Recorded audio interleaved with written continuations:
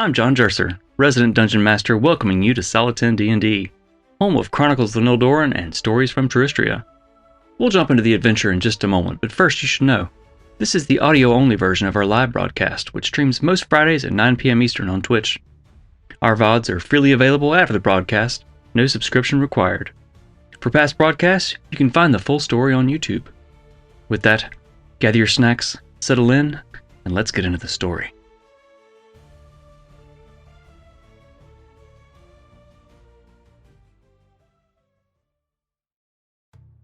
You find yourself in this library still. The smell of smoke from the recently extinguished fires of books set in the different areas of this library. The knowledge elementals, now either vanquished or disappeared. You stand around this large 20-foot diameter table, Archie with this large tome in his hands. The glow from the light lingers up the steps. It's a bluish glow leading deeper into this lost temple. But you find yourself with a moment to either explore more, learn what you can, or figure out what to do next. While Professor Eris Thorne has gathered up some scraps of parchment and taken a seat in one of the corners, his man bag overflowing with paper as he pulls it out with some charcoal and maybe some ink and quill and starts copying some of these hieroglyphics and passages he has found in a few scrolls. So now I ask the party, what happens now? I think we took a few minutes and I helped relieve some stress. That was at the very end of others. I also relieved myself to help put one of the fires out. So I'm probably kind of wiping my hands a little bit awkwardly. What are we doing now? Well, give me just a moment because there's something's not right. And Archie is just frantically flipping through this tome, looking for other information than what he was given. He didn't like what he read and what he's extrapolating from what he read, so he's looking for just to refresh my memory. The last time Archie looked for how to heal, and we determined that we needed the blood of the line of the matron, which we weren't sure who that was. We had some speculation, but that was to heal it. So he's looking frantically for how to destroy it. Like, what's another option? All right. And if we look at this magic item, this tome of Athenian lore, you can spend 10 minutes studying the tome and it'll give you insights about one specific piece of history and or magic. This tome can be studied once per short rest. So you've studied it, you've learned what you need to do to heal the tome, or at least understood that there's some ritual that must be undertaken to heal it. You would have to give yourself another short rest to study the book once again. There must be another way that we can. I don't have any answers. I'm very sorry. I don't know what to do. Might I possibly, if I may, float a suggestion to you all? All yours. Might we just say, "Fuck it and leave"? I would say that. That's accurate. Yeah. Rune is, actively drinking from a wineskin. That sounds good. I told you guys. Let's just go. Are you sure I can't just jump in the water for a quick swim though? I would, as I said, I would advise against it. But I'm not entirely sure how old you actually are, Pam.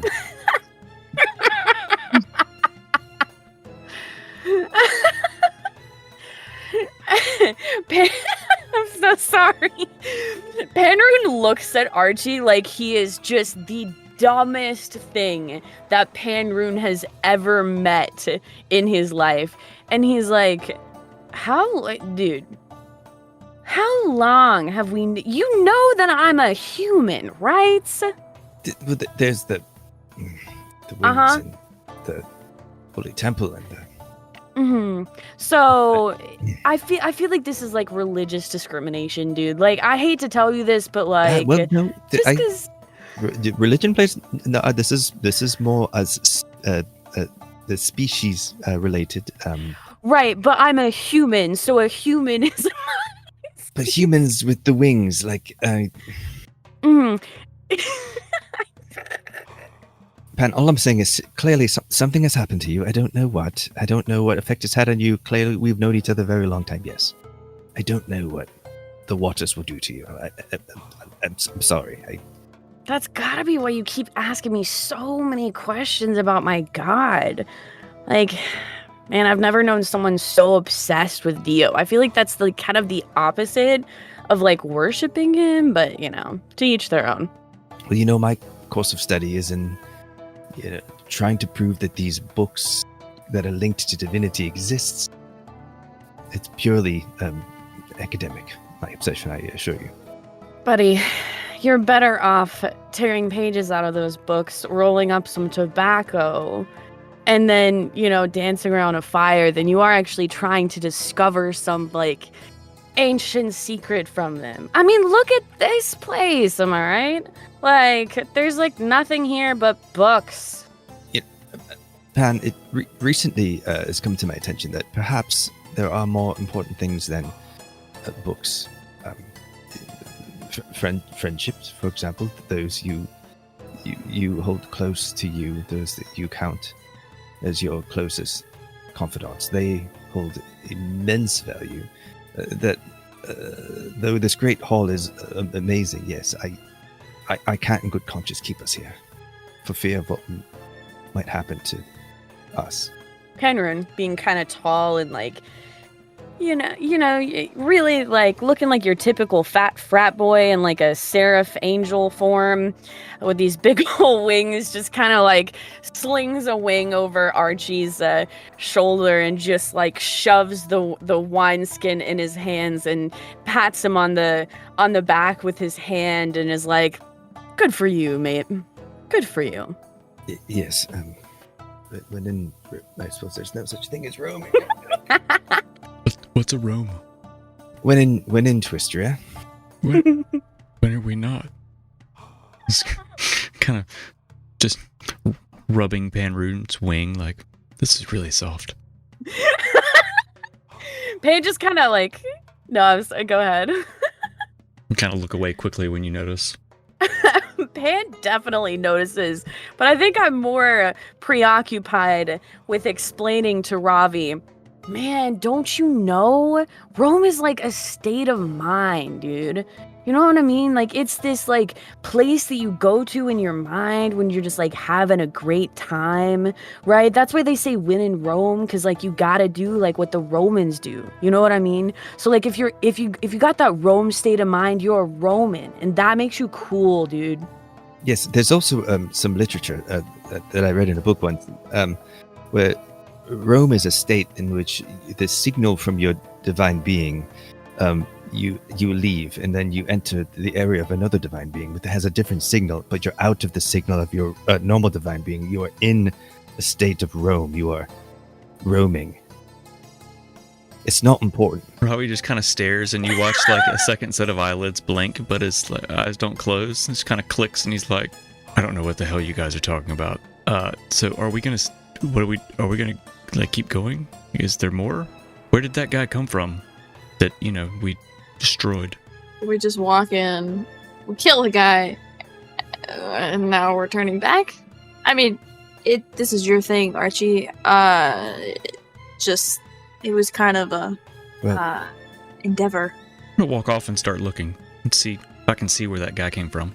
I can say this, Professor. If we continue, I would like a chance to maybe read the book a little further, just to find other options, because our current course doesn't present us with very great ones.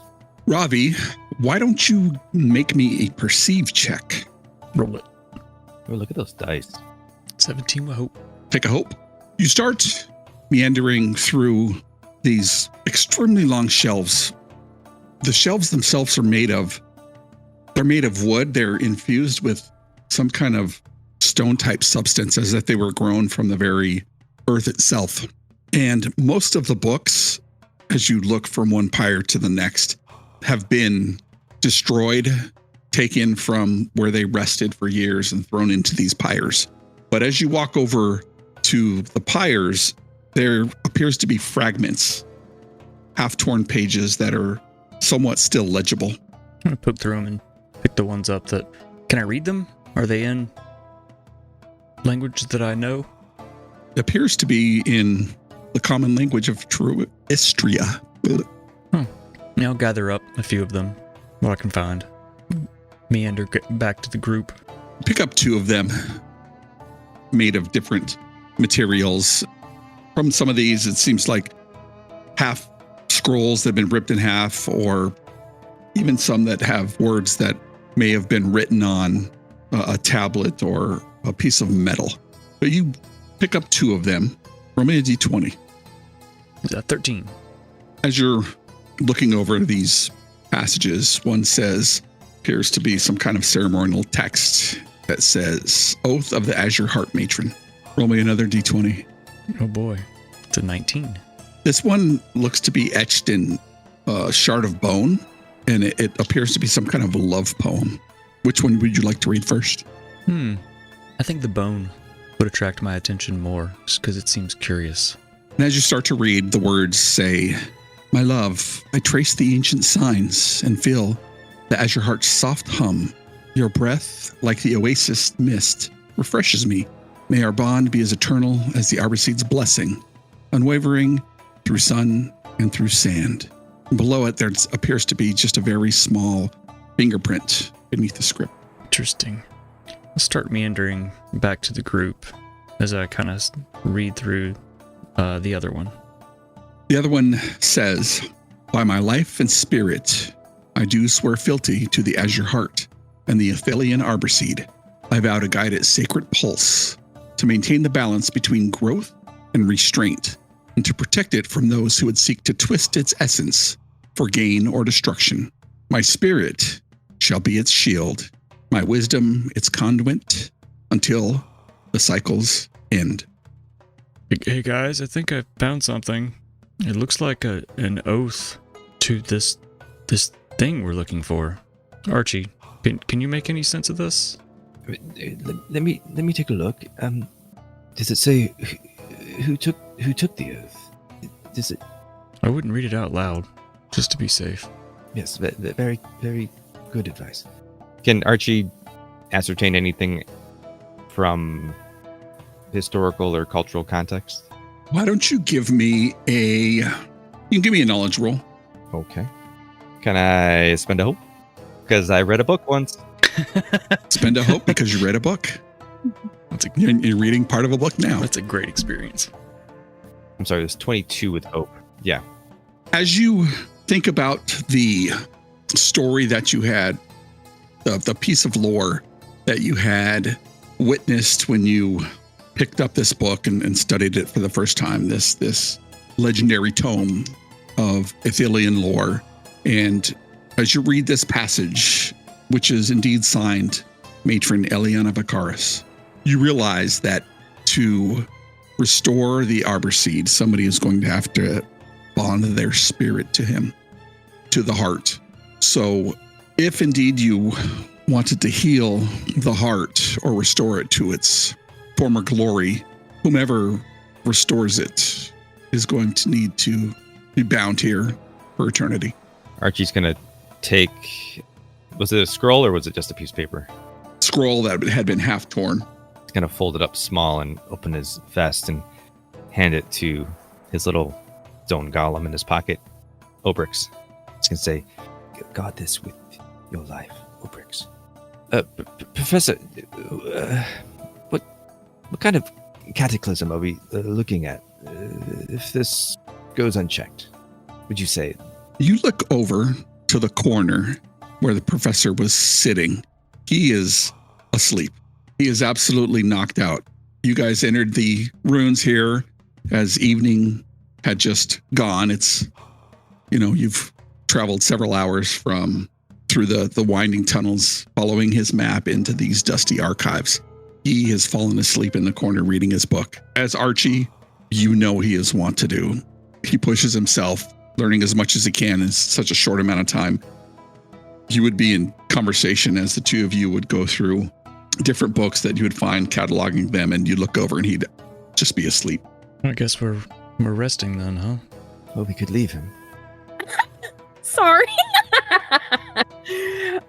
Panrune by now has, I imagine, just kind of wandered back toward Thorn. I actually imagine that as Archie looks up toward Professor Thorn, Panrune is actively just like has like ink on his left hand and is actively like, drawing some kind of pretty like floral like facial hair and weird face designs on poor Professor Thorn's sleeping face.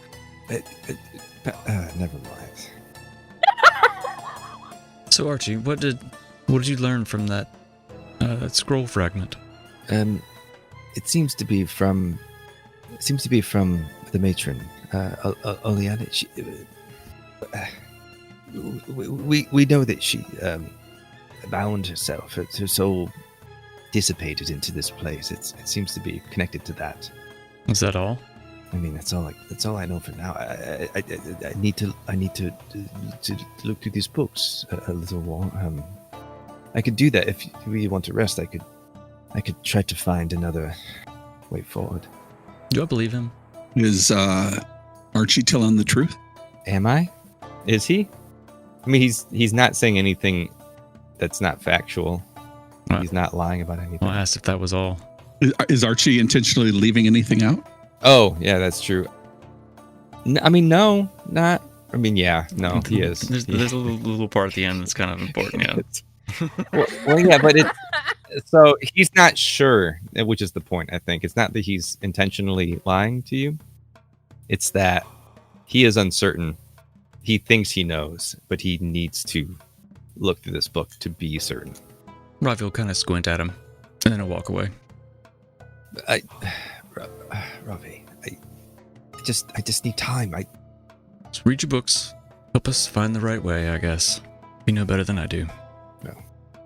Should we maybe consider Oren, would this be a safe place to maybe camp for a wee bit?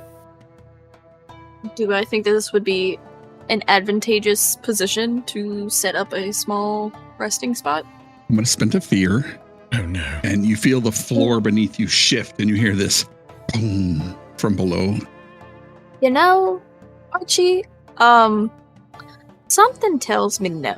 I think we make a decision now. We go forth and see what's in here, or we go back. But, I mean, we've already made it this far, and we killed a guy. So it's kind of in our hands now, I would say. Okay, well,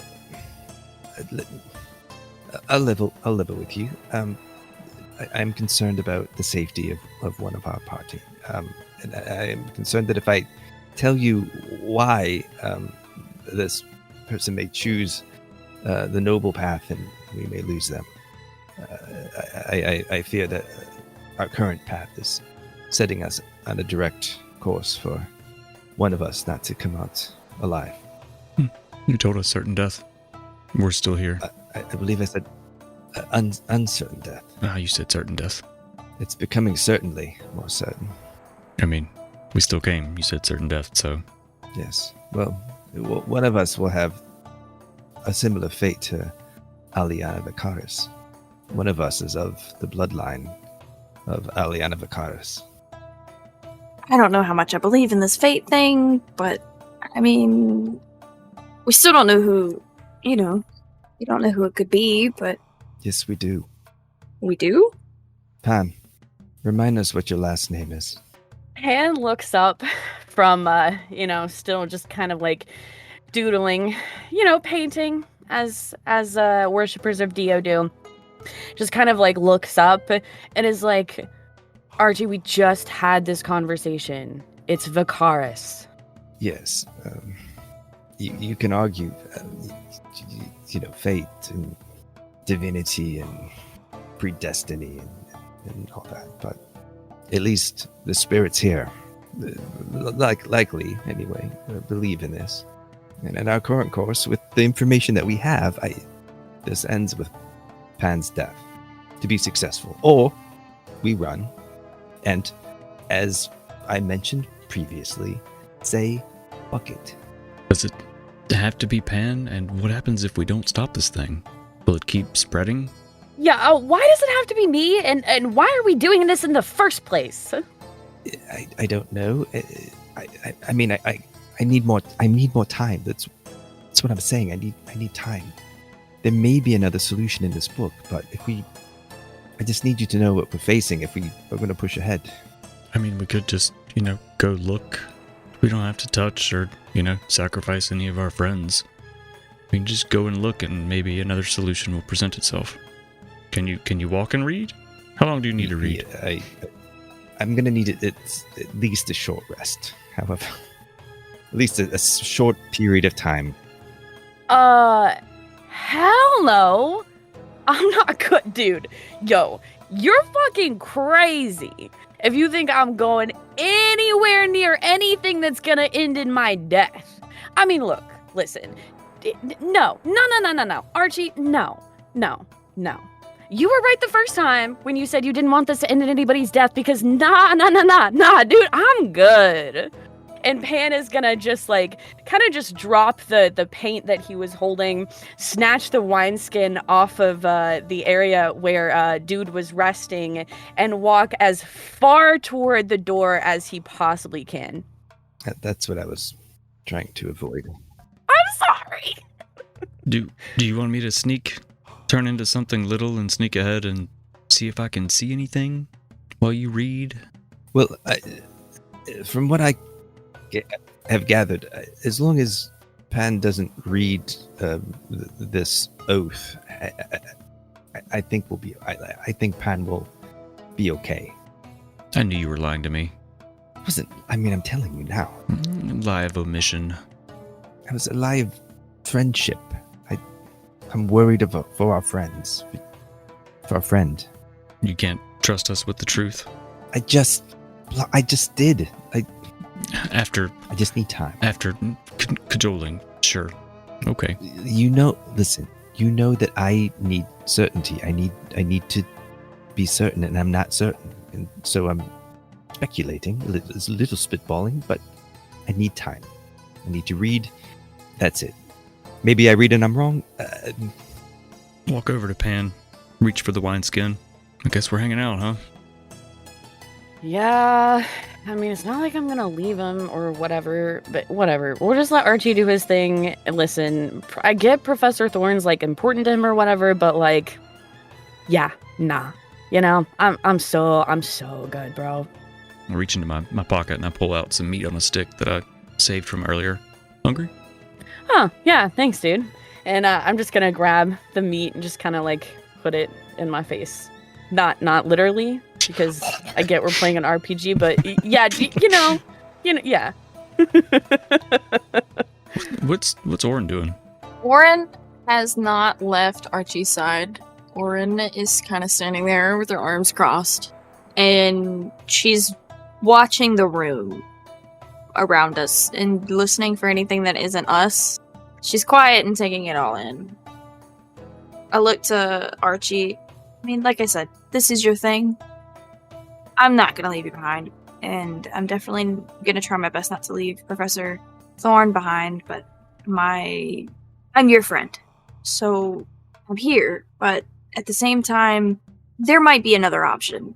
And maybe it's in that book, maybe it's not. But there might be answers along the way. And if it doesn't look like there's another solution, we can always turn back. It's like a kid in a glass shop. Put our hands in our pockets and hope we don't knock anything over, kind of thing. Yes, indeed. And you're right. Perhaps if I have some more time, I can figure out another option. And I know that you wouldn't let anything happen. And I do appreciate that. I just worry that we can be reckless at times. I know that you know this. So there is the seed must predate the matron. There must have been some other failsafe. There must be another option that's not tied to the matron's bloodline. I just need time to find it. Okay. Well, if we're chilling, better get to reading. Okay. Don't trust it here. He's going to throw the tome back on the table and just start frantically looking for whatever he can find. Hey, Pan, what do you think that boom was earlier? You think we should drink more? Or... Oh, yeah. Yeah, dude, I don't know. Maybe we're all just hearing things. This place is kind of crazy, you know? I mean, I think the solution to everything is just to drink more, you know? Like, why not? That's fair. I'm gonna keep an eyebrow up. Scaly eyebrow. Kind of looking around. Sweet. Chill. All right. Orin and Ravi, you guys can both give me instinct perceive rolls. It's a 14 with fear. It's a 9 with hope. Take a hope. I'll take that fear. Boop. And as you're both looking around, I think Ravi, although you rolled with fear, as you're looking around from the elevated position where Panru did, where she took the wineskin, walked back up the stairs toward the entrance of this room, there's a long set of stairs that leads down, and there is a bit of an elevated platform. It has stairs both left and right. And I think you both are leaning against the railing here, having this conversation. As you look, it's interesting because when you came here, you went down, you came to this room. This room goes up and these shelves are up, but at the very end are two sphinxes, and between those two sphinxes are a dark opening. Well, there was a dark opening, and as you look, you see it flash a light bluish color, very similar to the color that was around those knowledge elementals' heads, the runes that circled their head. Some fucking magic in here. Pan is, at this point, not gonna lie to you guys, Pan is checked out, right? Because, like, look, if I learned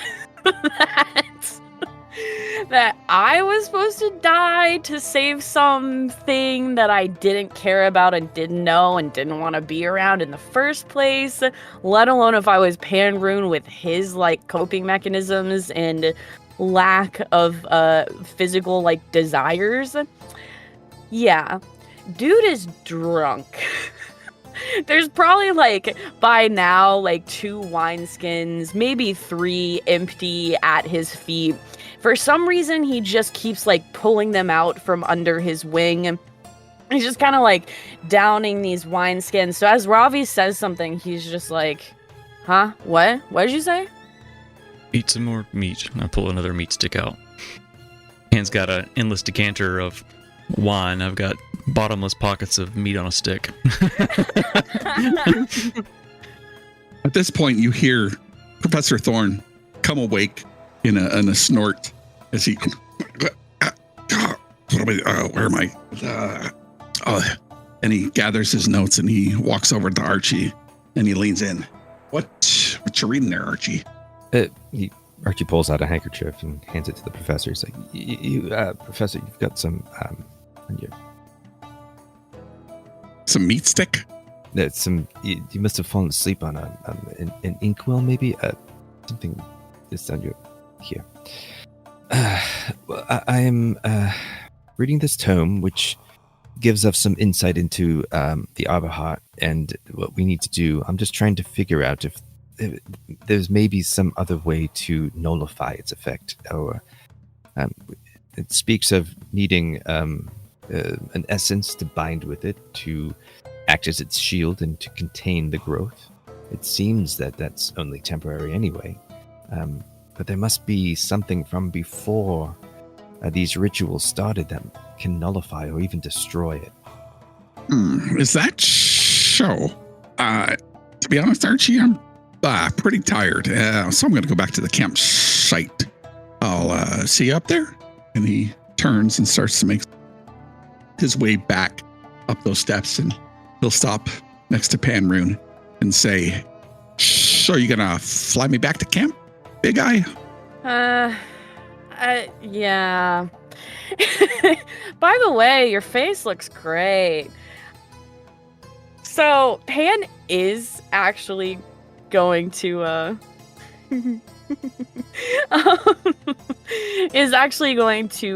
pick up Professor Thorn.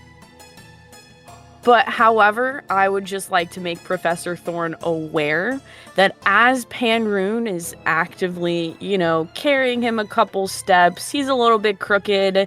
He flaps his wings a little bit. It's kind of, it's kind of like a one-legged, two-feathered bird trying to fly. Oh, well, you're certainly polite. I used to be much more handsome when I was younger. I'm not sure if I told you that before, but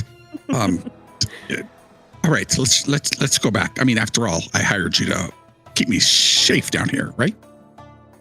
Yeah, I don't know. I was supposed to protect Archie, but honestly, man, all I want to do is go sit around that fire. You'll drink some wine with me, right? And then we can get a good sleep. He'll look back towards Archie. Certainly. I'm not sure there's much more we can do. He was always my prized pupil.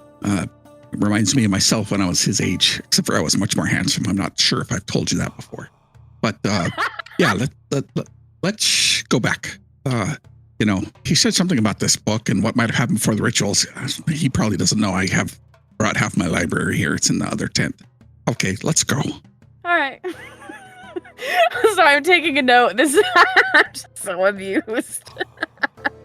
And Ravi, as you're standing there and both Rune and Professor Thorn are having this conversation, they turn and start to head back up the stairs that lead out of this room and back towards the camp. Tell me what happens. Pan, are you coming back? Pan just looks at you and he's like, "Why? You want me to die?" I'm not gonna let you die. It's like half a joke, half not.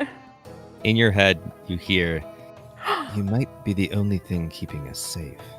Can I communicate telepathically back to Archie? it opens a line of mental communication, but I have to be able to see you still. I think hearing Archie's head and Pan's voice, this is so funny because if you hadn't done that, Ghost, because I think that hearing Archie's kind of voice in Pan's head, because we are psychically connected from session 1, that Pan kind of like stops. Like he's at the point of just kind of like fully taking off, and then he just like stops entirely and almost like stills. And this is because something that was just kind of glanced over that Pan mentioned in session 1 is that I believe Oren may not even remember this, but I believe that it was Oren who actually tasked Pan with protecting Archie. And with Archie and Pan being such good friends anyway, Pan is I would say, a very selfless person, being a worshiper based on the god who is based off of Dionysus. However, hearing Archie's safety and their actual safety come into question makes Pan pause.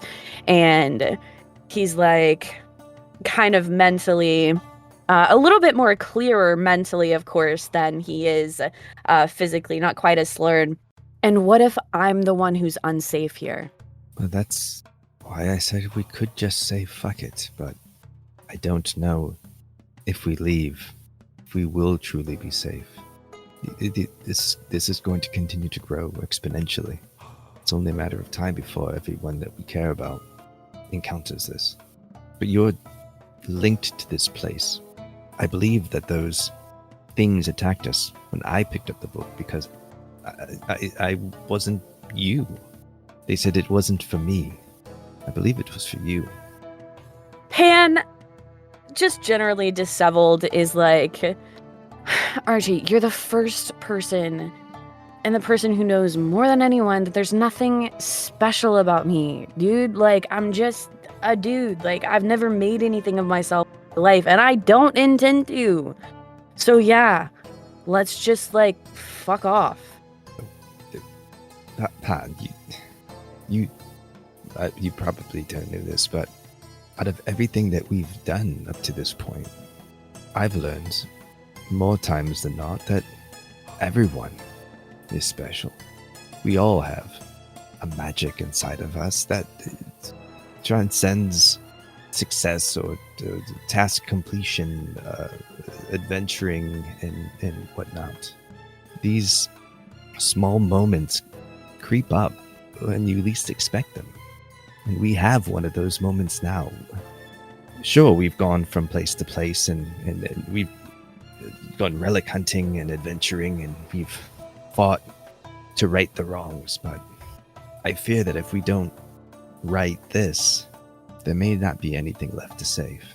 There's this pause from Pan, and usually, if you were psychically connected to Pan, Archie, there would be some sort of telepathic feedback.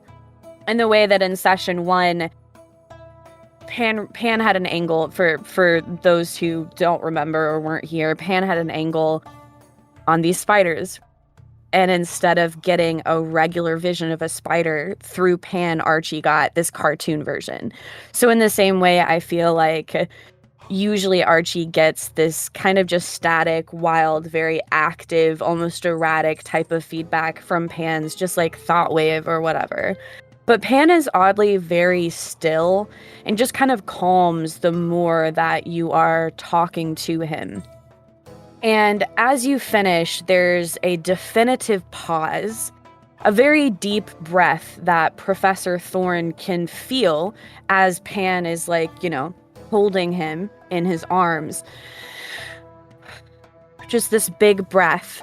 And as he releases this breath, Pan's wings drop to a more casual or comfortable type of position, and he just sets Professor Thorne very gently on the ground and tells the professor, I think I'm too drunk after all, Professor. We should probably camp here for the night. And then, in his head to Archie, he tells Archie, you got one day. One day should honestly be more than enough. In here, wait, Reaches into his pocket and thank you, Obrix. grabs the little piece of paper that was folded up that he gave to his little clay golem. And he's going to cast prestidigitation on it. Say, you don't need to worry. This is not an option. And a small flame will ignite on that paper as it falls to ash. Oh, shit, dude. Whew.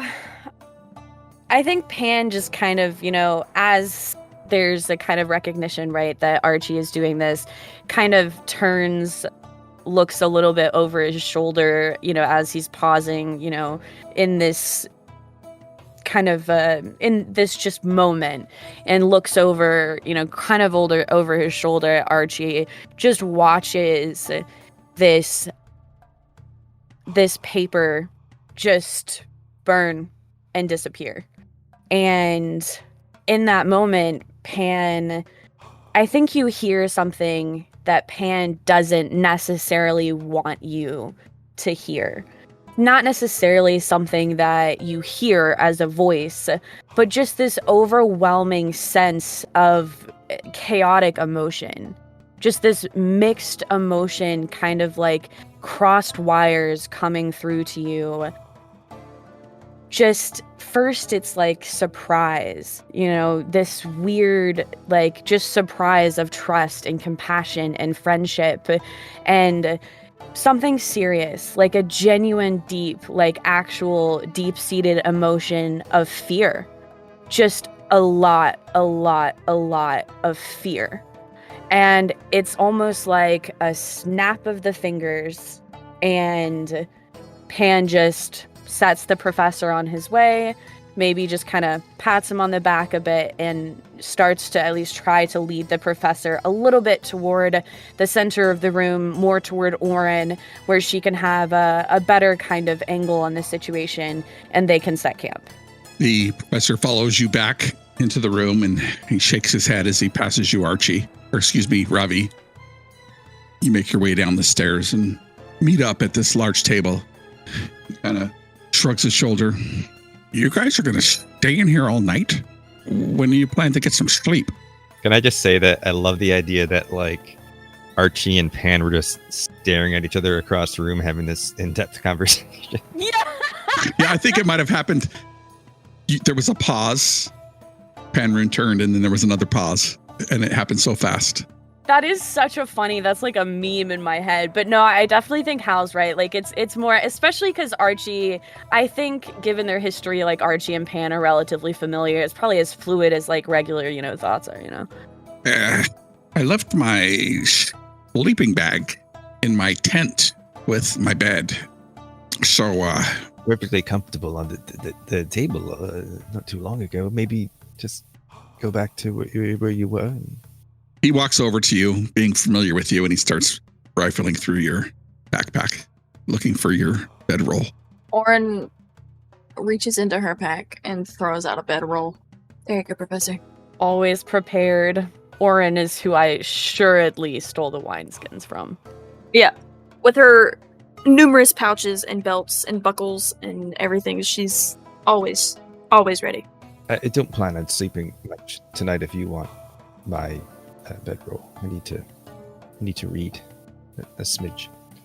Oh, I thought you were talking to me, Archie. I was going to use it for a pillow. Go ahead, Oren. I'm sorry. Sorry. I'll stay up with you, Archie. And Oren kind of gets up on the table, kind of like sitting on a counter in a kitchen. She's kind of there, and she has a great axe, but she pulls out a sword and she starts like shining it, and she's like right next to Archie, sitting on the table, and she's just watching. Like, she's watching everybody. She's watching Panrune. She's watching Ravi. As she's kind of watching each possible corner of the room and just shining her sword. While Archie pores over this book and Professor Thorne begins sawing logs immediately. It's one of those things, Archie, you guys are so familiar with it. At first it's annoying, perhaps, and then you kind of get a rhythm in your reading. What is Ravi doing? I guess I'll find a comfortable place to sit down nearby. Kind of sit crisscross applesauce, lean against something and keep an eye out, but try to rest while he's reading. And as you pour over this book, Archie, about an hour passes. So you guys can take the effects of a short rest. You can do 2 downtime activities. You can clear 1d4 stress. You can clear 1d4 armor slots. You can clear 1d4 hope. You can prepare, which if you prepare by yourself, you get 1 hope. If you prepare with somebody else, you both get 2 hope. Or you can work on a project. Is there anything I'm missing, Ghost? I think that's it. What would you guys like to do? As Archie pours over this book, Archie, unfortunately, you don't get a short rest. If there is somebody else who's interested, I would definitely like to prepare with someone. Oren can. Yeah. Okay, yeah, that would be great. Because a lot of my abilities are based in hope. So you can do 2 of those things. What is Ravi doing during this? What are you going to clear? So I'm just going to say I'm going to tend to my wounds from the fight and probably clear stress just to reset so I know where I am with it. We'll just say that I'm at this spot here. Just kind of sitting there, woosahing and wrapping my wounds. All right, Ghost. As you pour over this tome, what are you looking to learn? I am looking for an alternative. Archie is certain that there must be a way. It seems to him that the matron and all of the people sought to utilize this power to to bend it to their own will or protect it or whatever. He is looking for something that outlines how not to do that, how to destroy it, how to nullify it, something to that sort. He's just looking for options. All right. And as you read through the book, you realize that there are 3 options. You can restore the Arbor Seed. You can contain the corruption, or you can leave the Arbor Seed to its fate. But what you do also realize is that if it is not restored or contained, the oasis and the trees and fauna and foliage will continue to grow, but they will turn poisonous. No. So we know how to restore. I'm guessing there's no additional way to restore. Do we know how to contain? Nope. You'll have to study once again. Oh, that's right. That reminds me. Let me roll a d4 Why? so I can regain some fear since you guys took a short rest. Why must you do this to us, Hal? I thought we were friends. So you'll have to take another short rest to study it to figure out how you contain it.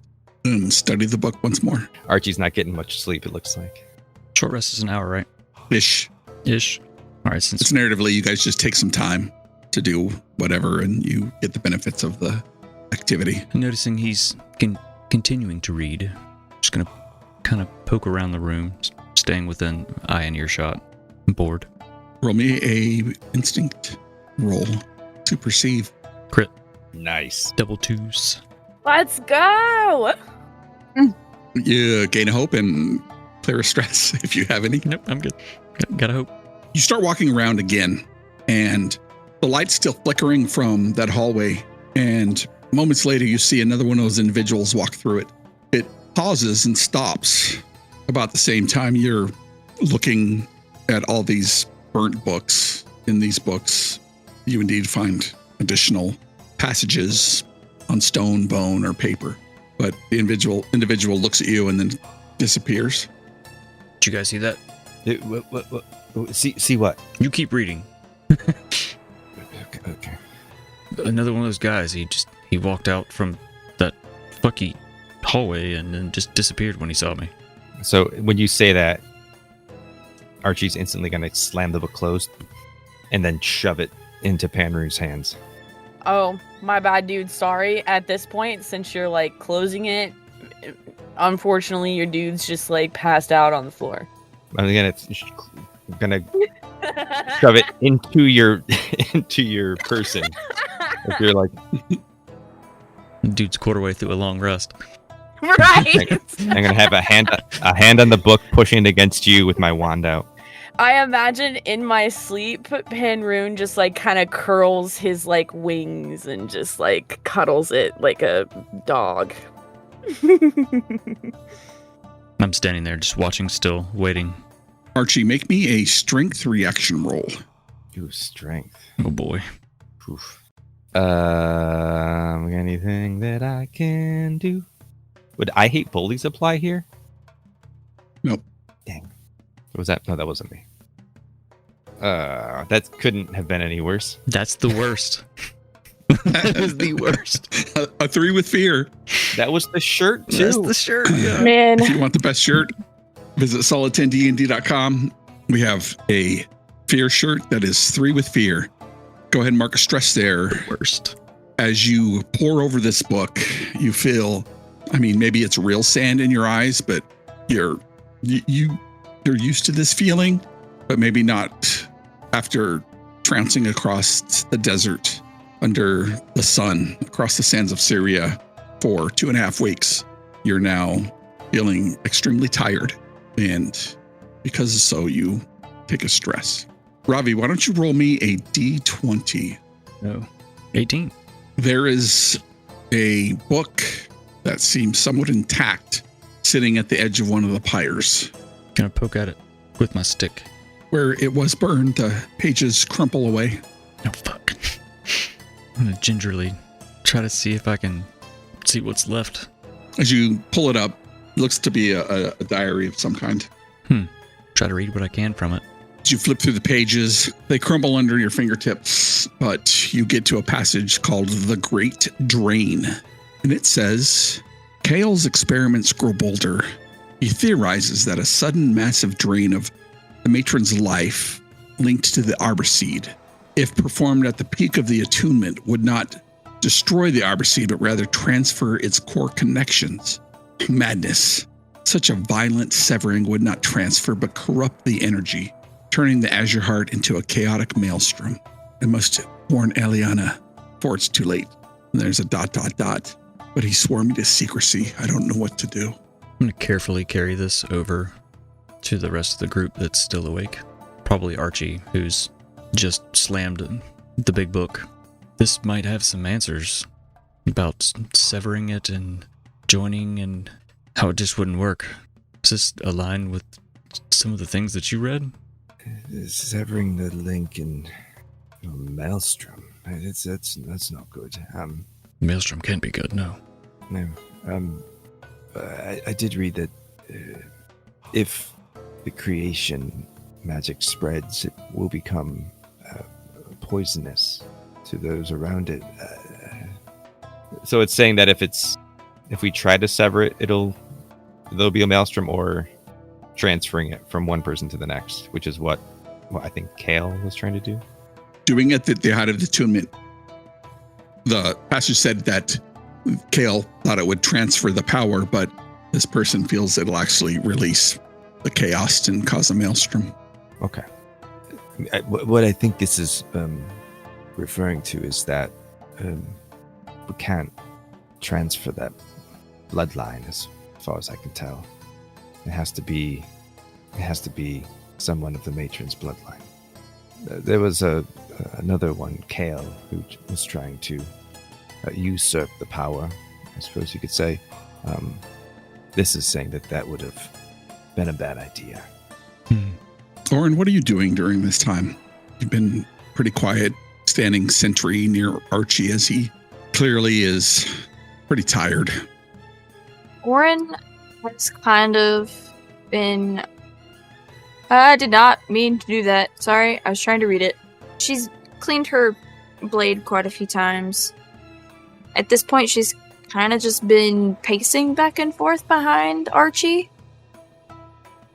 After Ravi brings over the piece, or the diary, and has this conversation, is there anything I can do to help?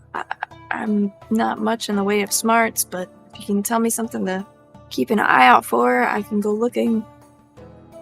I think we should probably get moving on soon. Okay, I'm confused. What I understand, you can renew the seed, making it good by sacrifice, or you can try to take the power and great evil will lash out. That's what Kale did. He tried to take it. I don't know why it's awake again. I guess the bloodline is renewed.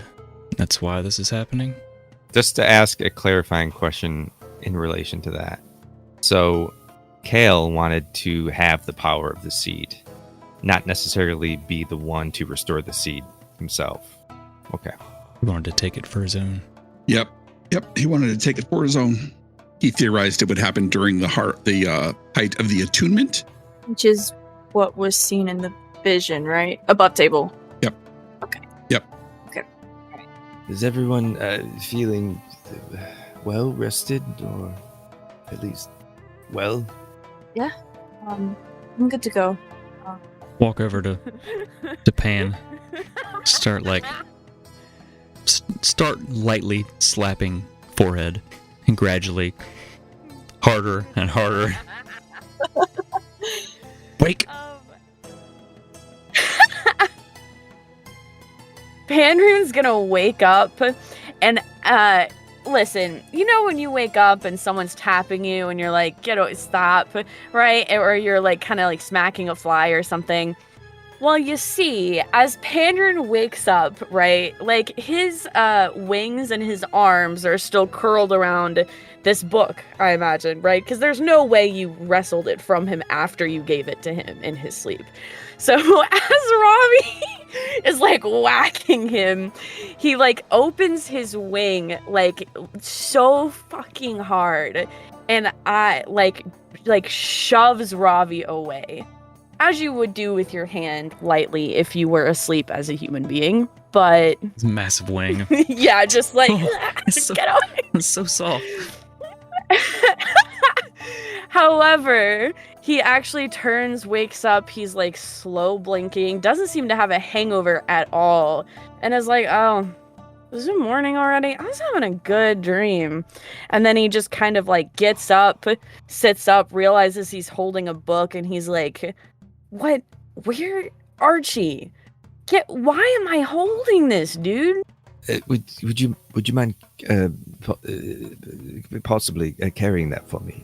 It is heavy. I also think it's bound to your bloodline, and that may prevent the wraiths from attacking us. But it's also quite heavy, and you have all those muscles. Panrune is going to turn in whatever direction Orin is standing in and be like, "Yo, you want to carry this for me? Because honestly, I don't want to be anywhere near this thing." Again, with the bloodline and the... Oh, okay. Orin takes one of the belts and off of her waist. Give it here. And she kind of wraps it around, kind of make it like a rough harness, and then puts it around her waist. And she takes her scarf and she takes it off, and she kind of puts it around, trying to use some of it to cover it up and keep it out of sight. Orin to the rescue. But again, if we see anything, then Pan, you should grab that quickly, if possible. Yeah. Or touch. Yeah, I think. Pick Orin up and fly up into the air. Okay. That way you're touching it. And I mean, you know what? It's too early for this, and I'm really surprised you guys got such good thoughts this early in the morning. Orin, don't you think that'd be so badass? Like, what if I just, like, picked you up, like, flew you, just, like, threw you, and you, like, attacked as I threw you? Wouldn't that be so cool? I mean, I'm down. Right? See what I'm saying? Hey, you got any more wine? She reaches for her pouch and realizes that it's gone. Or like her wineskin. Oh no. I believe you drank the last of it. I'm sorry. I only had one. I have water though. Pan just looks at you. His wings just drop entirely, and then they're just dragging behind him, and he's like, Doo-doo-doo. "It's okay. I'd rather die of dehydration." And just kind of like slowly gets some of his stuff. And as the party gathers together to descend deeper into or below the sands of Syria, Archie looks over to Panrune and says, "It's only been an hour." And as the narrow, dusty passages lead you deeper into these temples' forgotten heart, the air grows thick with a magical hum. There's a low thrumming vibration that resonates in your bones and makes the hairs on your arms stand on end. Looking for more misadventures, mayhem, and magical mishaps? Catch us live most Fridays at 9 p.m. Eastern on Twitch and YouTube, where the dice are hot, stakes are high, and someone's definitely making a terrible decision. Don't forget to visit solid10dnd.com for event updates, shiny merch, and all of our socials in one enchanted scroll. Bookmark it, tattoo it, write it on your hand. We won't judge. Until next Wednesday. As you continue down, the passage opens suddenly into a vast, cavernous chamber, unlike anything I think any of you have ever seen. Jagged, translucent crystals, some the size of small trees, erupt from the floor, the walls, the ceiling, and they glow erratically with an internal light, some greenish in color, others pulsating crimson, while others still go through the colors of the rainbow. This chamber pulses with raw, uncontrolled arcane energy, the sparkling and crackling in this dim light. Ancient conduits, once channels for Aethel's regulated power, hang broken and frayed, spewing arcs of wild magic across this chamber. The floor is slick in places, not with water, but with viscous glowing residue, and the air crackles with ozone. This was clearly the nexus of the magical power here in Aethel, which is now a chaotic testament to its downfall, and something dangerous writhes within its magical, uncontrolled energies. So I ask again, what happens now? What is that? I have a bad feeling about this. In the middle of the room, you see what looks like a raised platform made of metal and stone. In the cardinal directions, metal ladders climb up, and in the middle of this raised platform is a extremely large ball of mercury.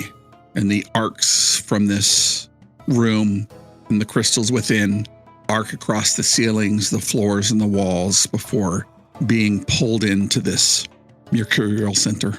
So, if it's okay, I don't know exactly what I would roll for this, so you tell me. I really want to know, if Pan in particular, what I sense from this magic. You know, what I know of it, really less about the information or history or anything like that, but more about its personal meaning or connection to Pan. So before Yes. I answer that question, Yes. why don't I get a strength reaction roll from the party as you travel down for hours to this open chamber?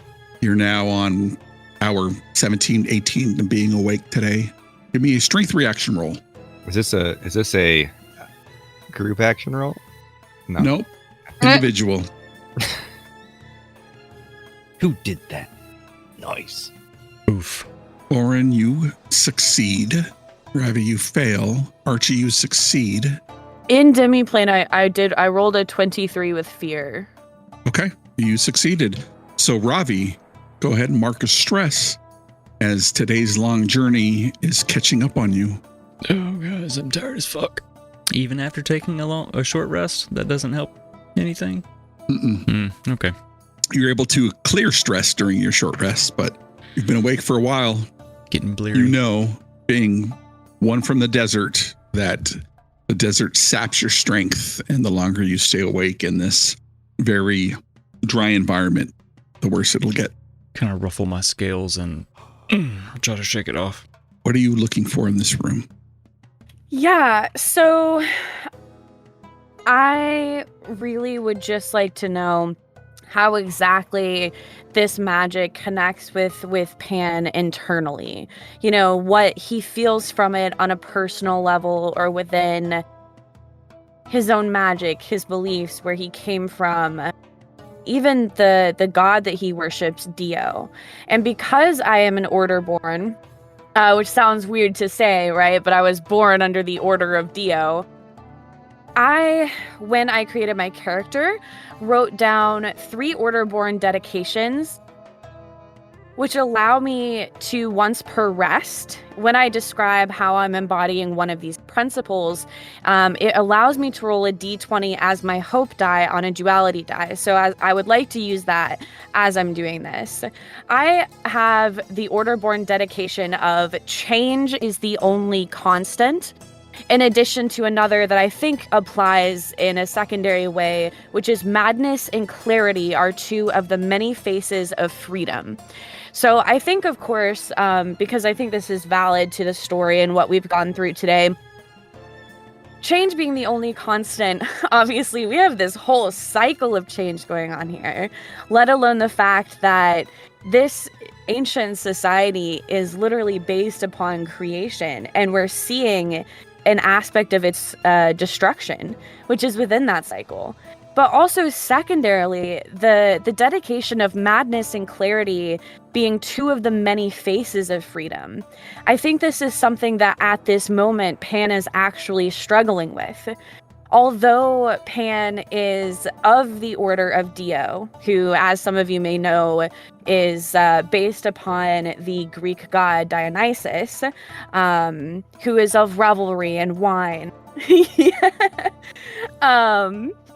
Madness is obviously something that he thrives from, but clarity is something that he is attempting to find. And in both of these, he's seeking freedom, which is why he wanted to run, you know, before we had our break. So I'd like to apply these Order-born dedications to whatever role is relevant, to use a d20 as the hope die in that role. Great. Why don't you go ahead and make me a knowledge roll to recall something divine. Oh, okay. Can I spend a hope to help an ally? How are you going to help the ally?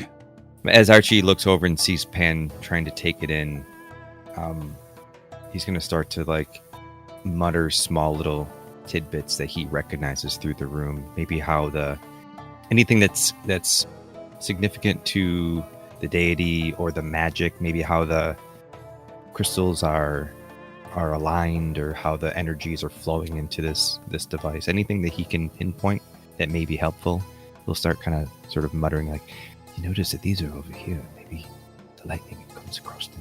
Yeah, and this is... Go ahead and take that with advantage. In Daggerheart, advantage is add a d6. So yeah, I'm rolling duality die, hope, which is a d20 with advantage of a d6 and a +1 from my proficient, whatever it's called in Daggerheart. And I rolled a 22 with hope. Go ahead and take yourself a hope. Yes. So as you slept for an hour, although Panrune might have thought it was more than an hour, you received a vision that is almost divine in nature, and you realize you feel a deja vu as you step into this room, that each of these elements are in some way, shape, or form tied to the heart here.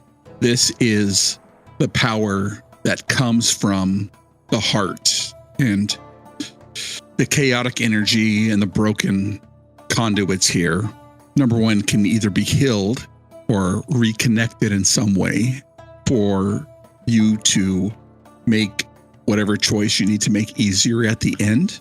But you also get a vision very similar to the vision that you saw when you were connected with Archie. And there is something that is different in this vision. Upon the brow of the Azure Heart Matron, a circlet of gold sits upon it, able to control these magics. And as you take in this instance, atop these plateaus are plinths. And on these plinths are also steps that lead up to the top. And in almost blinding light, unseen by the other members of the party, you see a glint of gold on top of the plinth. How far away is the glint of gold? Let me show you. Yes. Uh-oh. Oh boy. Whew. Hold on to your butts. It looks to be in very far range. Charlie Murphy. Nobody look at the very threatening square of Hal's fear on the map, okay? Everybody just ignore it. It's not there. Oh my gosh. Okay. And we are where? I think we're at the bottom on the steps. Right here at the steps. So you said is within far range? Very far range. Very far range. So... And in the cardinal positions, there's a ladder here. Okay. Okay. Dun dun. So, being Pan, I don't like making bad decisions. I would like... Well, then don't. Nice try. I would like to fly to the glint of gold. As Pan's getting ready to like fly forward towards this glint. Now you said there's a bright light, but the rest of us can't see the light, right? You couldn't see the glint of this gold. It's as if Panrune had a deja vu moment and she saw that erupt from the top of this plinth. In those moments where Panrune was like sensing the divine nature of what's happening here, and Archie was sort of like muttering to aid. Did Archie recognize anything of the magics in the room? Maybe was there any significance to the color of the crystals or the energies that are flowing? Does Archie feel any significance? Give me a knowledge roll. I have some fear here. Oh no. Why do you need fear if I'm doing a knowledge roll? No reason. Oh no. Okay, this is what I want to do because you're prepping fear. Roll me a knowledge roll. That's what you want to do. No, see, what I'm gonna do is give you a knowledge roll, and I read in this book once, Yeah. called Daggerheart, that I could spend a stress to double something. What is it called? Utilize an experience. You can mark a stress instead of spending a hope. It'll double your experience modifier on that roll. So I'm gonna do that. I'm gonna mark another stress. And do I just roll it now? Come on, no whammies. Okay.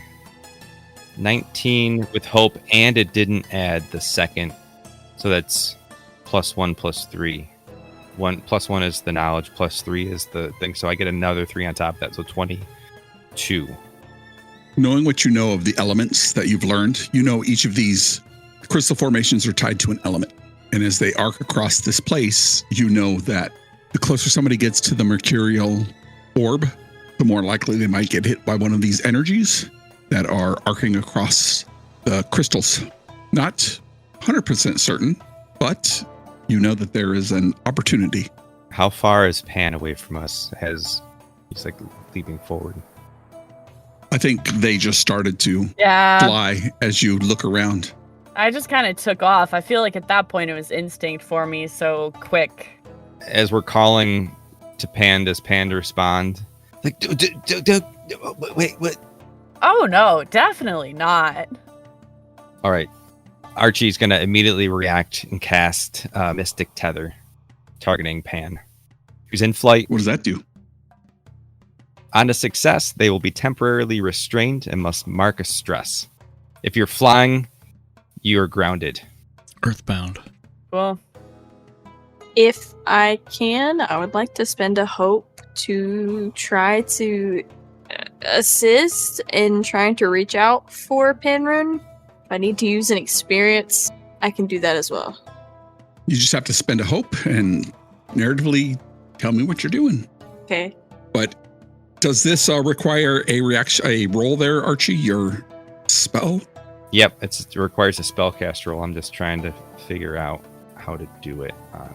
I'm going to call out to Pan to look out to prevent this Archie from doing this so she can keep going. Yeah, I'm going to give her...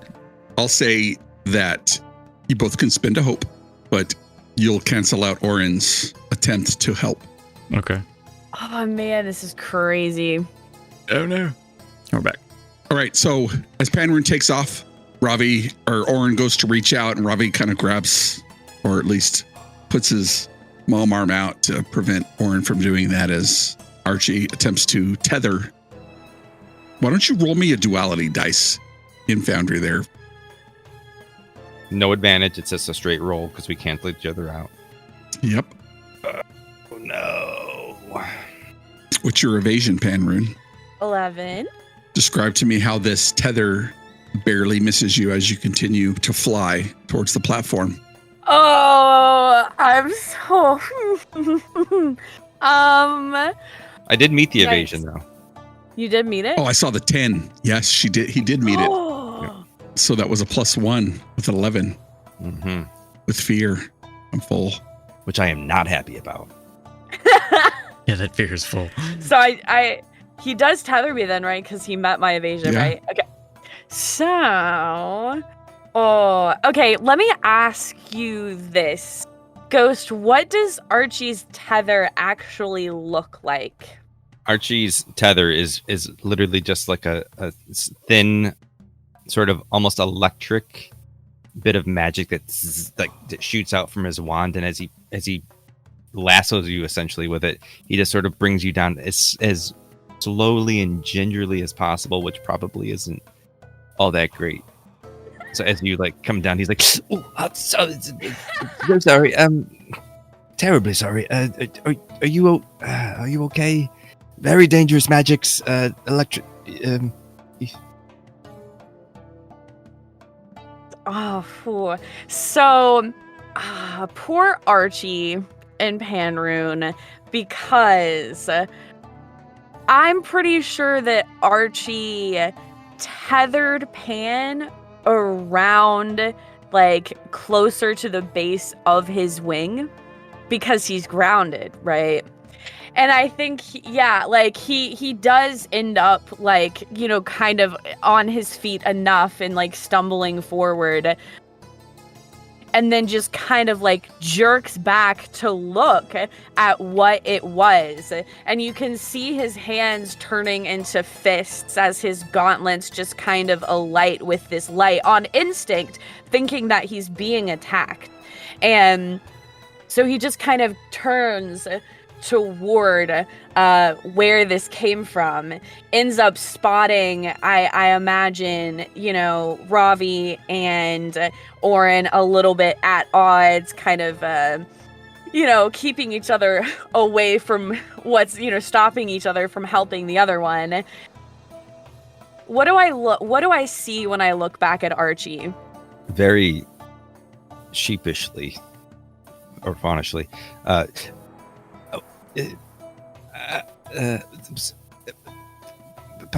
so sorry. He's like trying to like frantically explain, is like spouting out all the information about these crystals, our elemental magic, and this electricity could kill him.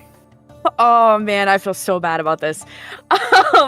Listen, I'm not gonna do anything to Archie. I would never. However, Pan's mad. Like really, really mad. And this isn't just like an anger that comes from like an irritation of being stopped from doing something. I feel like it's an anger that's bred in that fear that Archie felt before, which I think, does that connection end after a short rest? It ends after a rest. Yeah.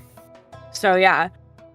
But I think maybe even the anger behind the anger, Archie knowing Pan would like maybe think about it with his knowledge, right? But that it's like this anger is bred in that fear. And the other thing is to be grounded for Pan, whose dedication I just used was specifically for freedom. And let alone the vision that I have and the connection that I have to this place. Pan views this as a betrayal. And he looks at you, but instead, like, and you can, like, I don't know, you probably have never, if ever, seen or very rarely seen Pan angry like this. Mad, sure, but not mad. But Pan is so mad that he's not acting out. He's not doing something wild. He looks at you on instinct. He's turning as if someone's attacking him. He sees your face. And as you're stumbling, as you're looking at him, and he's angry, he's like seething. And then it's just like stone cold.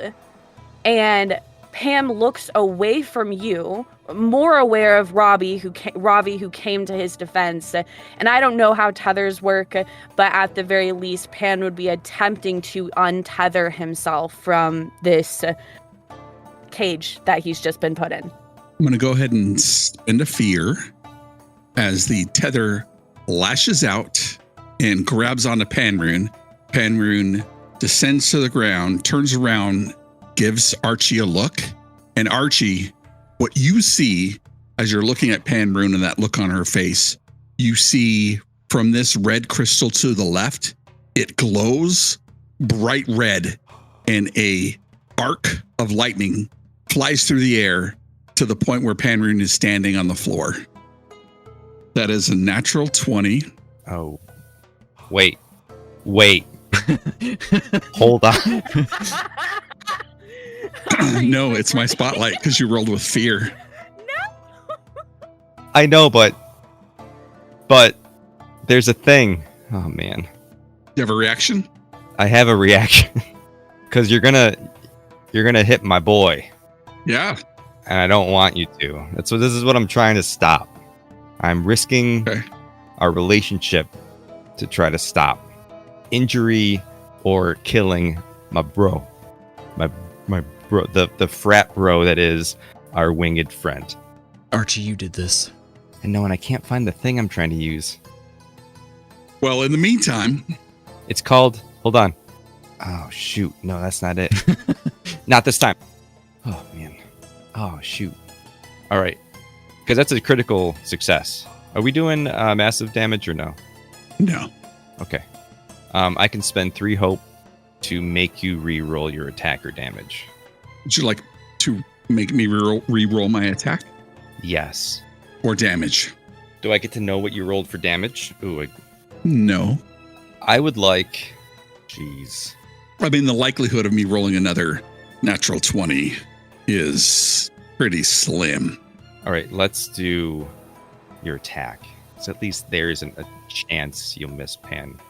And I'll say that as you're doing it, if you miss, it was because I pulled Pan with my tether. It's a total of 10. Solid. With a solid 10, the crimson crystal arcs across the floor. Pan, when you see this thing skirting, as you see, you give Archie a look. Well, you describe to me, this is your game too. Describe to me how this arc of lightning barely misses you. Okay. Shit. So, as Pan-Rune recovers very quickly from this landing, as Pan is turning toward Archie, again, as if Archie is a threat, or had been the one to attack him, which is how he perceives it, right? That turn, that barely turn of his shoulder is right where that bolt of light passes through. So the only reason that he wasn't hit was because he turned toward Archie as if to defend himself from what he was being attacked from. In that moment, as this lightning is arcing across and Pan turns and the lightning misses, Archie's going to pull back the tether and release the restraint. Archie, what do you see when you see this arc of lightning completely blast your friend and you cast your spell? What do you see when that happens to prevent this from happening? So having that residual feeling of fear that Pan had unintentionally telepathically conveyed in the last room, and knowing how Pan feels about everything, realizing that Pan is pissed that Archie just tethered them, he sees this bolt charge forward and strike Pan, and Pan just becoming overtaken by this red energy down to their bones. And in that moment, a panic strikes Archie. This is the whole reason why I said we should get the fuck out. But there's so much at stake. And as it happens, he sort of pulls from his heart this power that just flows out of him. And he holds it in his hand and he closes his eyes and just squeezes it as he pulls the hope, all of the goodness that he has inside of him, and releases it. And time just slowly turns back. The seconds tick. The light begins to dissipate as the body reforms and the lightning arcs back towards the red crystal. And then as that stops, things restart and the lightning goes forward again, and he gives that tether a little tug, which in his mind is enough to make Pan sort of turn around ever so quickly. Who had that lash of lightning just missed them. And in that moment, in that flash of reality, both you and Pan-Rune realize that if you're walking on this floor, it'll happen to you too. Flying was the right way. I have so many emotions. Archie's just Oh, shit. having already released the tether. Maybe we should regroup. I mean, it makes sense. If you're grounded. I mean, you guys have seen the electricity crackle in my mouth before, so it's... So what are we gonna do? Pan, for one, is, I think, again, for a very rare moment in time, kind of just also shocked, right? Because after having this, trust in Archie, having spent this time with him and shared this with him, and for just a snap of someone's fingers, for all of that internally to just feel utterly crushed, not, of course, realizing that Archie had just saved his life, right? Only viewing it as an attack. Again, I think that anger is stone cold. And he's not really, in that shock. I don't think he's really moving. I don't think he's doing anything. I don't think he's even moved his wing from the position it was in as Archie released the tether. He's just standing in place looking at Archie. And then you see his eyes move a little bit toward Ravi. You know, like he's focused on Archie, but he definitely has Ravi within his sights. But he doesn't move, he doesn't say anything at all. Oren calls out and just says, Pan, you gotta move. And that's it. Like her eyes are wide and she's like almost, I mean, she obviously reached forward to try to stop, but she didn't understand. So her eyes are wide and she's like, her hands are like closing and opening, like nervous. And she's like, shh. You can tell she's like worried. I think at this moment, Rune, despite what has just occurred, you know your instincts were true. And if you stay here on the floor, one of these crystals is going to strike you at some point. But you realize, and I think Archie does too, that if you actually fly to this plinth and see maybe perhaps what is on this pedestal, it could help you in the future. Yeah. Yeah. And I think that those words from Oren are what it takes to snap Pan out of this just immobility.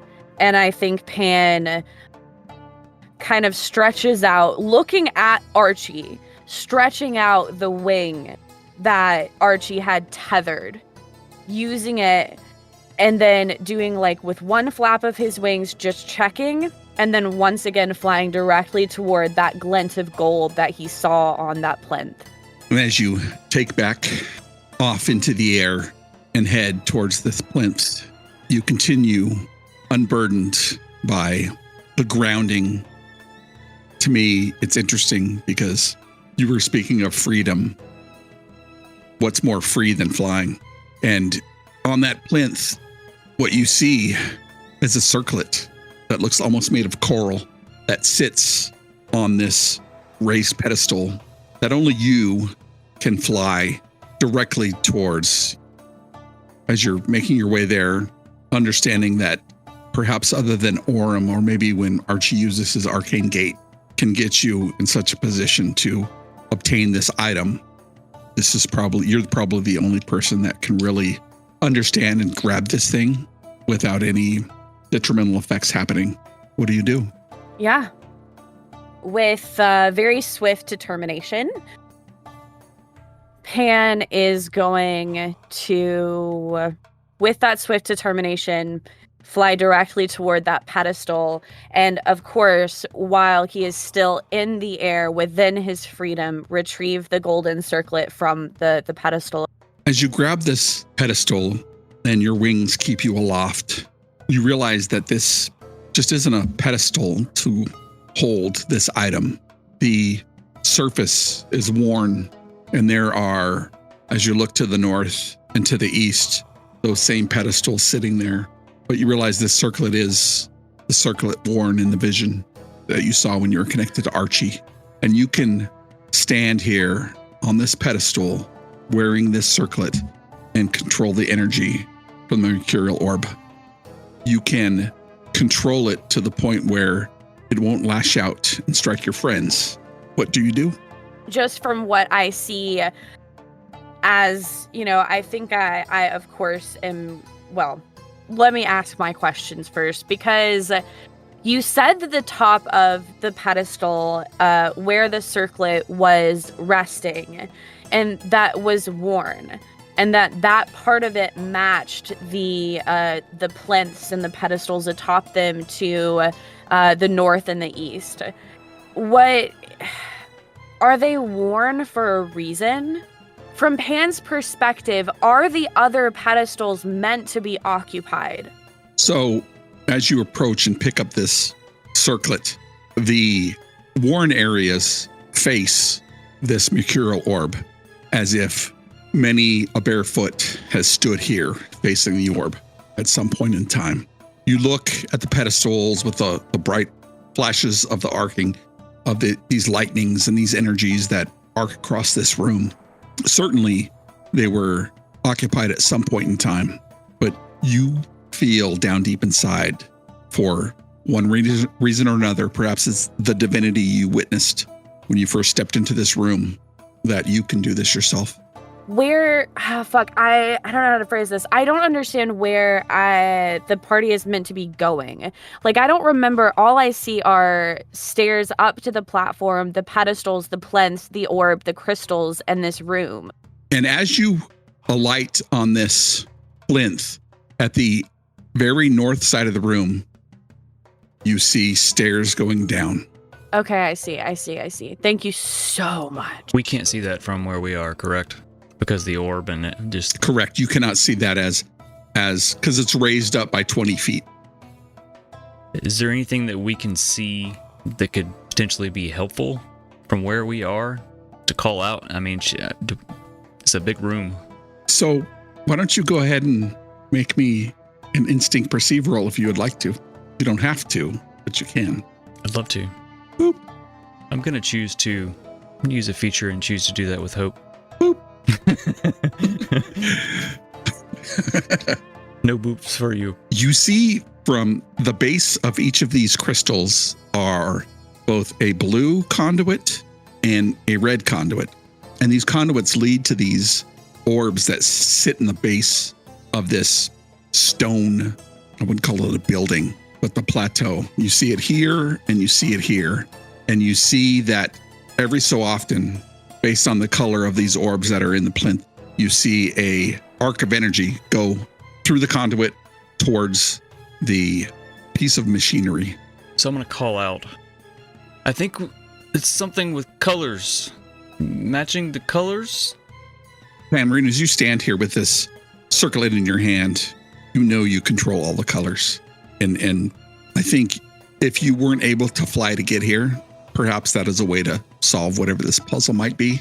But as you've grabbed the circlet, which is called the Circlet of Etheric Resonance, it's a magical item that requires attunement. The Circlet of Sobriety. But you don't have to wait to attune to it. Doesn't have to wait to attune to it? So, yeah. I'm sorry. I'm so floored. I'm going to walk out into the room. Well, especially as I see Ravi in particular, as he is definitely within my sight, I am going to put the circlet on my head and see what happens with the intent of Ravi not getting hit. We'll go ahead and spend a fear to take the spotlight and I'm going to spend another fear to use the environment. Bring it on. That is a 7. What is your evasion, Ravi? 11. It's more than 7. It's 11. As you see this yellow arc whip away from this mercurial orb in the middle and slam down about a meter away from Ravi. And you feel the electricity, something you're super familiar with. Ravi, what does it feel like? I can feel my scales kind of ripple since I don't have hair, really. I can feel the scales ripple and the energy just kind of crackling. I can smell the ozone, but I don't think I'm scared of it. And the camera slides back to Rune as they put on the circlet. You can feel the power within you, Rune, to stabilize the nexus. How do you think you want to do that? Or do you want to do that? Howdy doody. What? Howdy doody. Oh, no. I don't. Oh, shit, y'all. What do you mean? How? I'm only speaking narratively, right? Because you have certain abilities that are better than others. One's your spellcasting modifier that uses X, and one's, and so if I was asked Archie, he would I would like to do X, Y, and Z. What do you think? Since it's a narrative storytelling moment, how do you think you want to fix what's happening in this room? I guess. Oh man. What do I understand about, I guess Hal, I need your help. Mm-hmm. I would like to know what possibilities come to Pan's mind as he kind of puts this circlet on and just automatically attunes with this orb. Send help. Is your spellcasting ability strength? Yes. You feel that you can exert your strength over this energy and bring it into alignment to where what it is meant to be doing, as opposed to where it is now. Flex at it. I appreciate that so much. What a gracious GM we have. I'm actually going to... I think I'm actually going to... I'm going to look, obviously I'm looking at Ravi, and making sure that this stray kind of wild energy did not strike him directly. And when I notice or recognize, at least when it kind of dawns on me with all of this sensory information that that Ravi is, not even that phased. I look at Archie. And Pan's face is almost not neutral, just impassible. Pan is going to turn his back directly, where his back is directly facing Archie. He's going to stretch out his wings as wide as he possibly can and as much backward as he possibly can, just kind of gathering, almost as if he's maybe lifting weights out to the side, like he's gathering all of his strength within his wings, his arms outstretched at the same time. And as he's just collecting this strength, right, he makes this one very just gigantic flap of his wings, pushing all of this energy around and then toward himself. And I imagine that instead of these kind of wayward, crackling, almost like loose cables kind of energy, that the arcs of energy connected to the orb and to the crystals and the stones toward to the side almost just lifts, kind of straightens until it's like a dome shape, where everything is just directly an arch, very straight, still alive, but just very relatively still having a bit of a wave or something like that. And with that, I imagine that the actual room that we're in stills a bit. Maybe that vibration that we feel is still there, but it doesn't feel like the drumming beat of a heartbeat, but like a heartbeat that's just a little bit calmer. And so it is a little bit still, but still in a way that it's it's so hot it's cold, or it's moving so fast it looks still. And with that, I think Pan is going to drop his wings and look back toward the party. I'll keep walking towards Pan. Noticing that, Pan seems to have exerted control over the energies, Archie's going to very reluctantly and slowly start to walk down. Well, onto the floor. Pan Rune, why don't you give me a strength roll? Yes. Take advantage and let me know if you have any experiences that you can use. Ha! Sorry.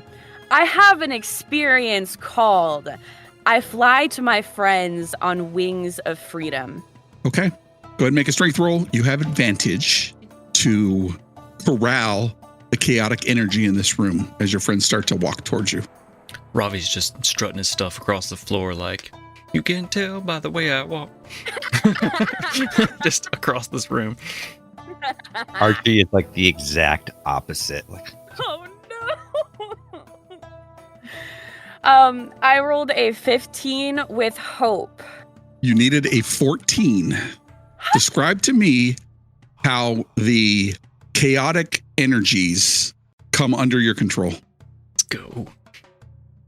Oh, I'm going to, as Rune is using his wings to kind of collect the strength and use his strength, this is what attunes to the actual energy that's just occurring and happening in this room.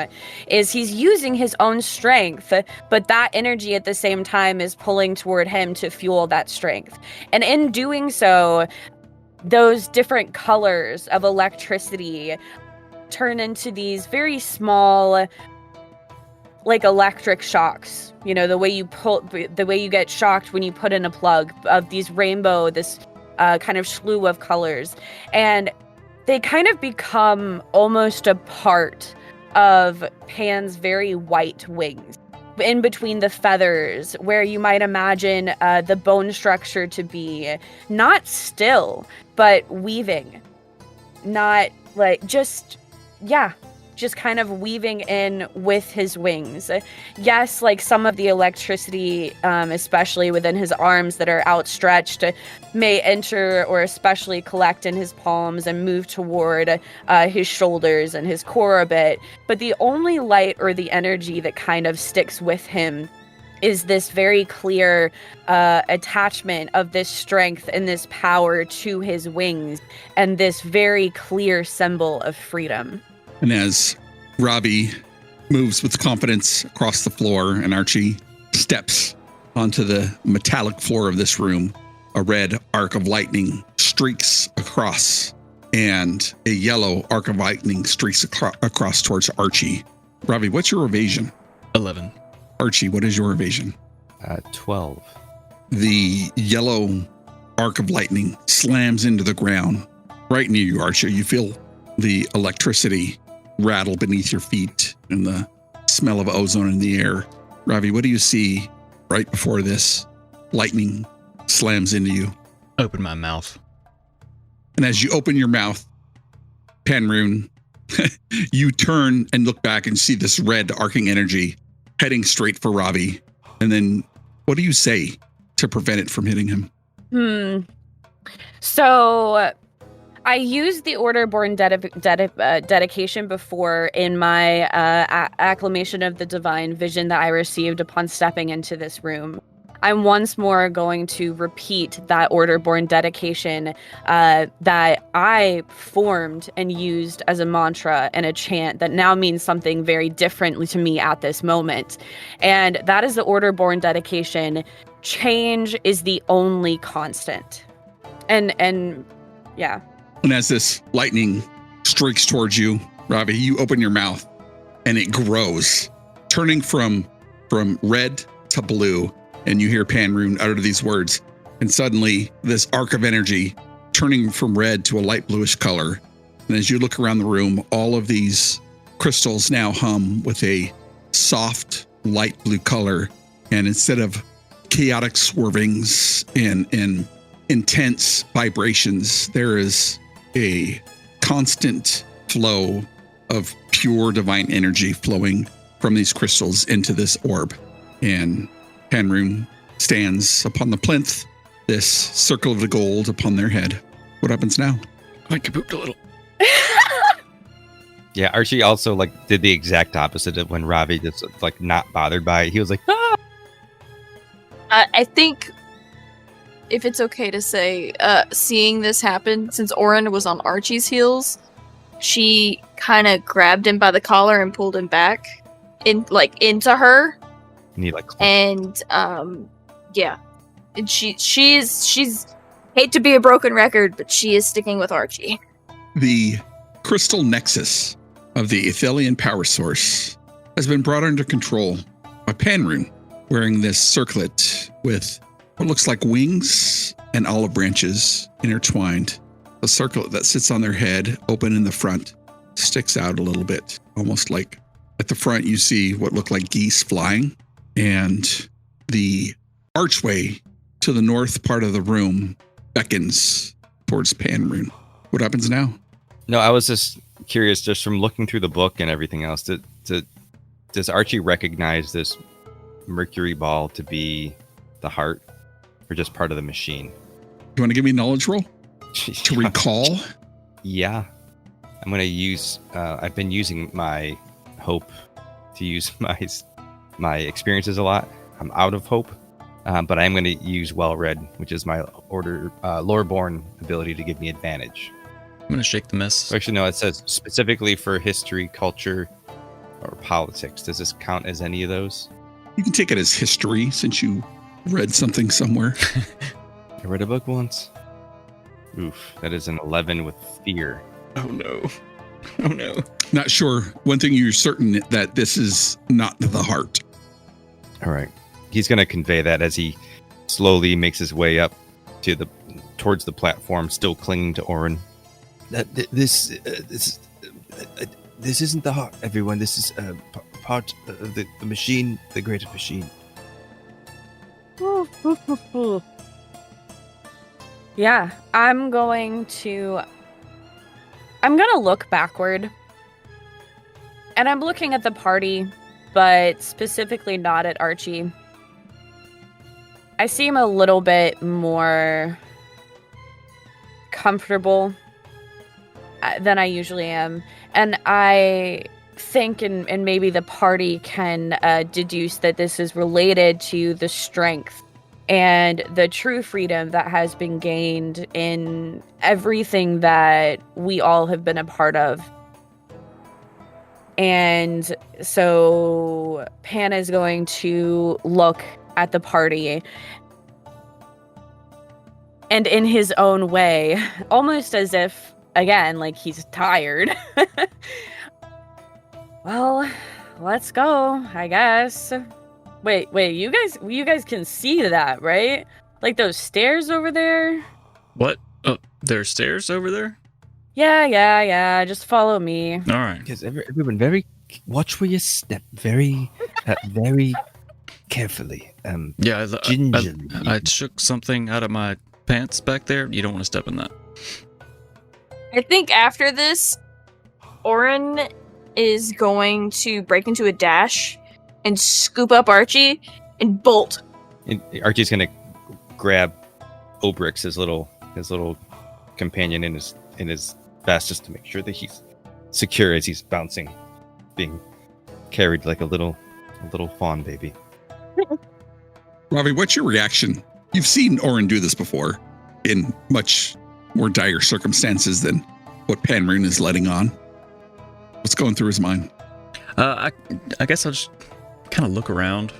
The two of them have already run off ahead, and Pan is still kind of flying, leading the way. So I'm kind of by myself for a moment, back, watching and looking at this room, kind of looking over my shoulder, like, where's the danger? And then Panrune, you know there's no more danger here. Kind of shrug, and I'll just carry on with my shuffling strut. In no super hurry. I'm tired. I've been awake for a minute, so I'm not overexerting. I'm saving myself a little bit by just strolling and looking, sniffing. This room is wild. I catch up with everybody. Orin, as you pass these crystals, there's no detrimental effects.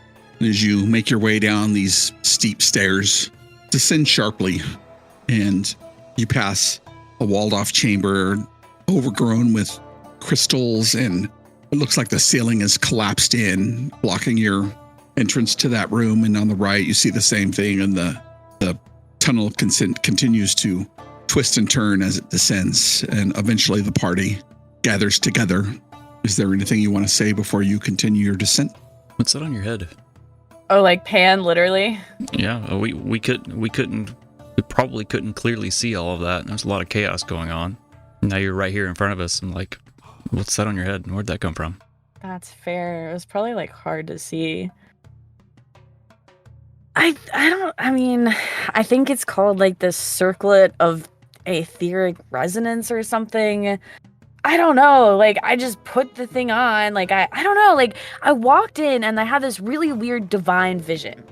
And there was like this like sparkly thing up there. And I was like, ooh, sparkly. So like, of course I picked up the sparkly thing. And then I put it on and it was like, I don't know. It was suddenly just like this whole, whatever that thing was, that weird orb crystal thing. I don't know, whatever was in that room was like attached to it. Oh, is that why that shit didn't hit me in the face? I mean, I don't know. Was it even like, I don't know, man. I didn't want to hit anybody, but like, I don't, can I do that? Thanks, I guess. You guys all right? I look to the other two. Orin very gently puts down Archie, and she's kind of just watching everyone. I'm glad that worked. Panrune, you are beyond this world. And she just kind of throws up her hands, like, really confused. Like, she swings a sword. Swings a sword, she's like... As you're, like, setting down Archie, he's, like, very, still, like, a little frazzled from the electricity. He still has this, like, sort of this underlying tang of shame that he's not one that shows his emotion all that well. He feels very awkward in the emotions that he feels or conveying it to people. Realizing that he's wronged Pan in some way, he's sort of trying to calculate how to best convey that, and he simply says, like, Pan, my apologies. You were right. I just we are in a place that's trying to destroy you. So I just ask that maybe in the future you just tread a little more carefully. He doesn't ever actually make eye contact with Pan. He says, "Okay, forward then," and then he just sort of walks on. Oh man, this is hurting my heart.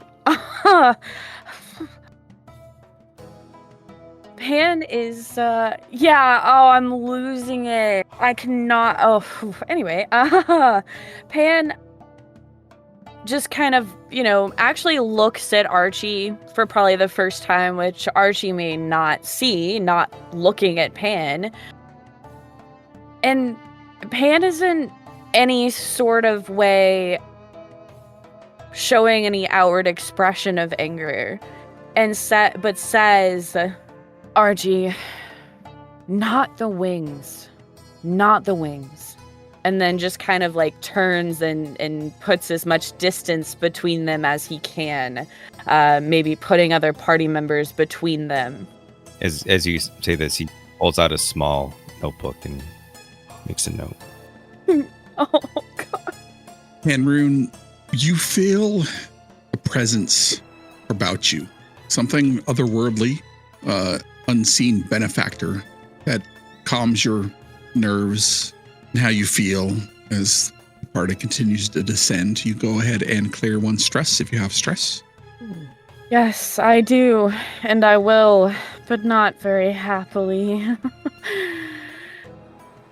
When the passage from this crystal nexus descends sharply, and the air grows colder and heavier and carries a faint, earthy scent mixed with something metallic and ancient, the once vibrant, chaotic energies of the nexus fade behind you, placed by a profound silence that presses in on your being. And the passage eventually opens into a vast square chamber, its walls lined with alcoves. Within each alcove stands a tall, humanoid statue, intricately carved from dark, polished stone, depicting figures in various poses of vigilance, protection, their faces serene but unyielding. At the center of the chamber, a large, ornate sarcophagus rests on a raised dais, surrounded by four larger, more imposing statues that seem to gaze directly at it. The chamber is dimly lit by an ethereal blue-white light that pulses faintly from intricate patterns etched into the floor, casting long, dancing shadows. A sense of profound stillness, almost reverence, fills the space. Yet beneath it, a subtle tension hangs in the air, as if the very guardians of this place are merely sleeping, waiting for any disturbance to stir them from their internal vigil. So I ask again, what happens now? As we walk into the room, Archie's going to start, like, conveying sort of the little bits of lore that we've received, like Well, we know that Eliana's body wasn't lost, just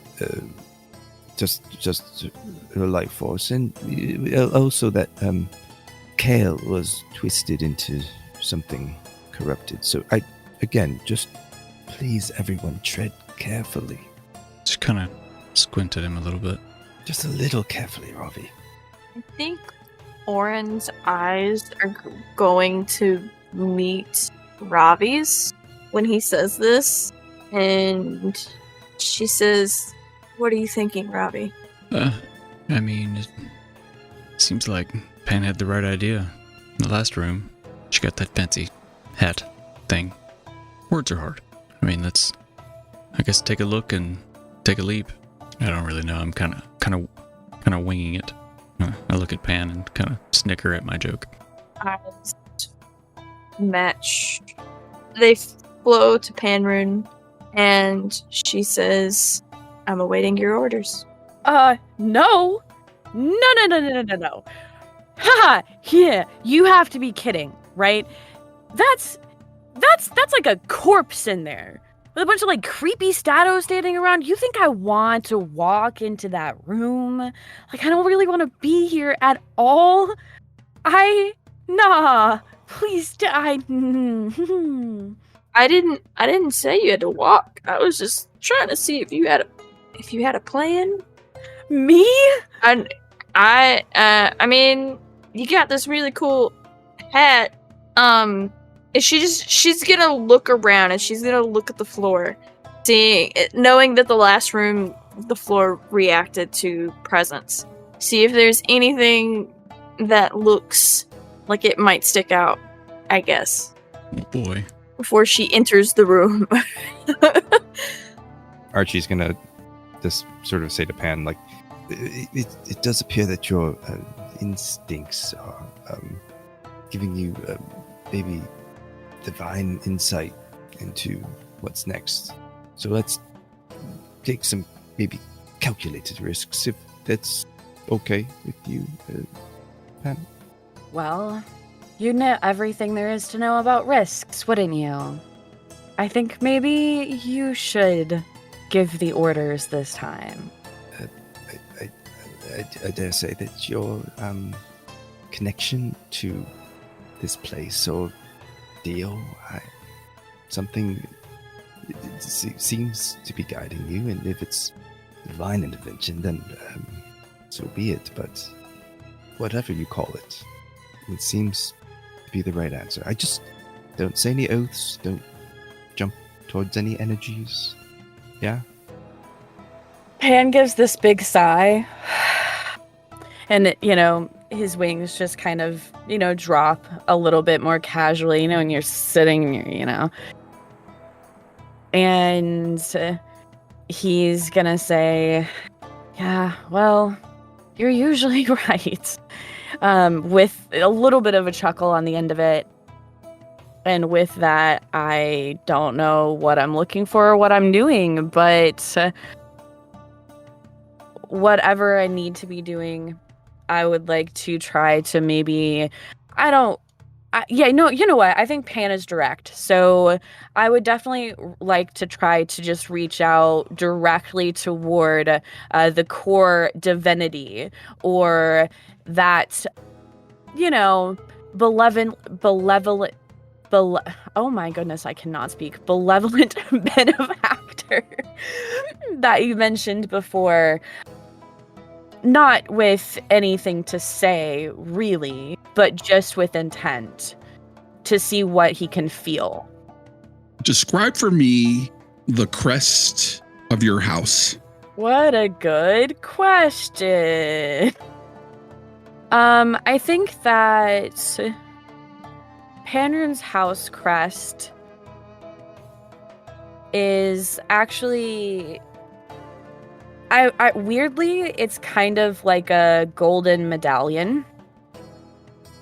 like almost like a bronzest gold, the same kind of gold that is imbued into his armor. It's actually the crest that sits at not a buckle really, but just at the center of like the waist, the leather kind of waist that's holding together the pieces of his like split skirt that he's wearing. And it's just kind of this bronze, more darker / yellower type of strange gold that may not even be recognized by a lot of people. And in the center is it's just a face. And I think like whatever angle that you look at the medallion, the face is almost ever changing. And one person may even look at it the same way and see something different. The face is staring center, but you could look at it from the right and feel like it's facing you. You could look at it from the left and see something feminine, or look at it from the same angle and see something more, just more of like I guess that's how I would describe it. Large stone arches exist overhead. On the left and the right are these tall banners that stand 8-10 foot high, depending on where you are. Orin, as you look at Panrune and you step into this room, her house crest prominently standing on her chest, and you look to these banners that line this stairwell that leads down. They are maybe not so coincidentally similar. What does Orin see as you see this house crest on the chest of Panrune and their twin sisters sitting emblazoned on these banners? I want to make sure I have this correct. You said the faces change when you stare at them? Yeah, they could be, well, yeah, they could be anything. And I would say the face is never duplicated, usually, I mean. Okay. I think, staring at it, Orin sees on one side a feminine face, older, set and stern, with very short curly hair, and mirroring it, the twin, is a face unlike her own, not unlike her own, with just a more square jaw and more masculine, and she kind of walks towards it. Does Archie make anything culturally of like the statues or the tomb? Is there any significance that might allude to maybe even the ritual significance or the cultural significance of this room? You can make me an instinct roll, or you can argue for another ability if you want. Well, I would think about it from a knowledge. I would say I read a book once, but I used all my hope. So I'm just going to have to try to remember from my... Yeah, you can use knowledge if you'd like. Okay. Not necessarily tied to this place, but places like it. Thinking like, yeah, like it, because I know somewhat of the culture. Like, does the culture speak anything? Did the certain statues mean anything to Archie? And I use my lore-born ability and hope I don't give you another fear. Come on. I am going to... Damn it. This is what I get for not rolling my nat 20 dice, 3 dice. That is a success. Success with fear. This is a tomb where somebody highborn to the society has seemingly been put to rest, with its protectors upon protectors, its personal guard watching over its remains, perhaps, and others standing in a larger honorific guard, standing in solemn protection of whatever lies at the center of this room. So Archie, like, looking at how things are arranged, like, his first assumption is that this is the tomb of Eliana. He's going to sort of whisper it. Again, not knowing fully, but saying, this very well may be the tomb of the last matron. And sort of describe the reasons why he thinks so, sort of the way that everyone's ceremoniously arranged and so on and so forth. though I can't say for certain. Where's Ravi again? I'm kind of walking forward up behind Orin. Gonna kind of come up behind her and rest a hand on her shoulder. You alright? She points to one of the banners and she tugs at the necklace that was underneath the scarf, but since the scarf is wrapped around her waist, she holds the necklace that you saw her dump into the oasis. And she kind of mumbles. She's kind of quiet, but she's like, it's them. It's who? Your teacher and your brother? What do you mean it's them? Yeah. On the banner? What does it look like to you? Yeah. I mean, I've never seen your teacher or your brother. All I've seen, is that them? How? She points to the one that to her looks like her brother. She's like, can't you see the resemblance? Your brother was a fawn. I look at her, and I look at the statue, and I look back at her. Do I see the resemblance? She's looking at a banner, and these banners line the stairwell you just went down. And if you see, there's 4 on one side, 4 on another. They're tall. They get taller as you get further into the room. But as you look into the banner, what do you see? I don't know. Kind of squint at it. I really don't know what I see. I just kind of stare at it. It's that same color that resembles the crest Rune is wearing around that sits prominently on their chest. So when you look back at it, it looks like a childhood friend, smiling, a little lightning playing across its teeth. Doesn't look like your brother to me. I see someone I knew a long time ago. Hand kind of drops. The trick of the eyes then. Her eyes drop to the floor. Again, falling back into that soldier mindset of, is there anything on the floor that could be triggered? A trap, and a seal of any kind, or... Why don't you make me a instinct perceive roll? He's already capped out. That's 11 with fear. So, as you look here, you see runes that exist. You're standing on a raised walkway, but the elevation is only maybe 2 inches. And on the edges of this walkway are these runes that go out through the entire room. At the ends where the corners are small blue crystals.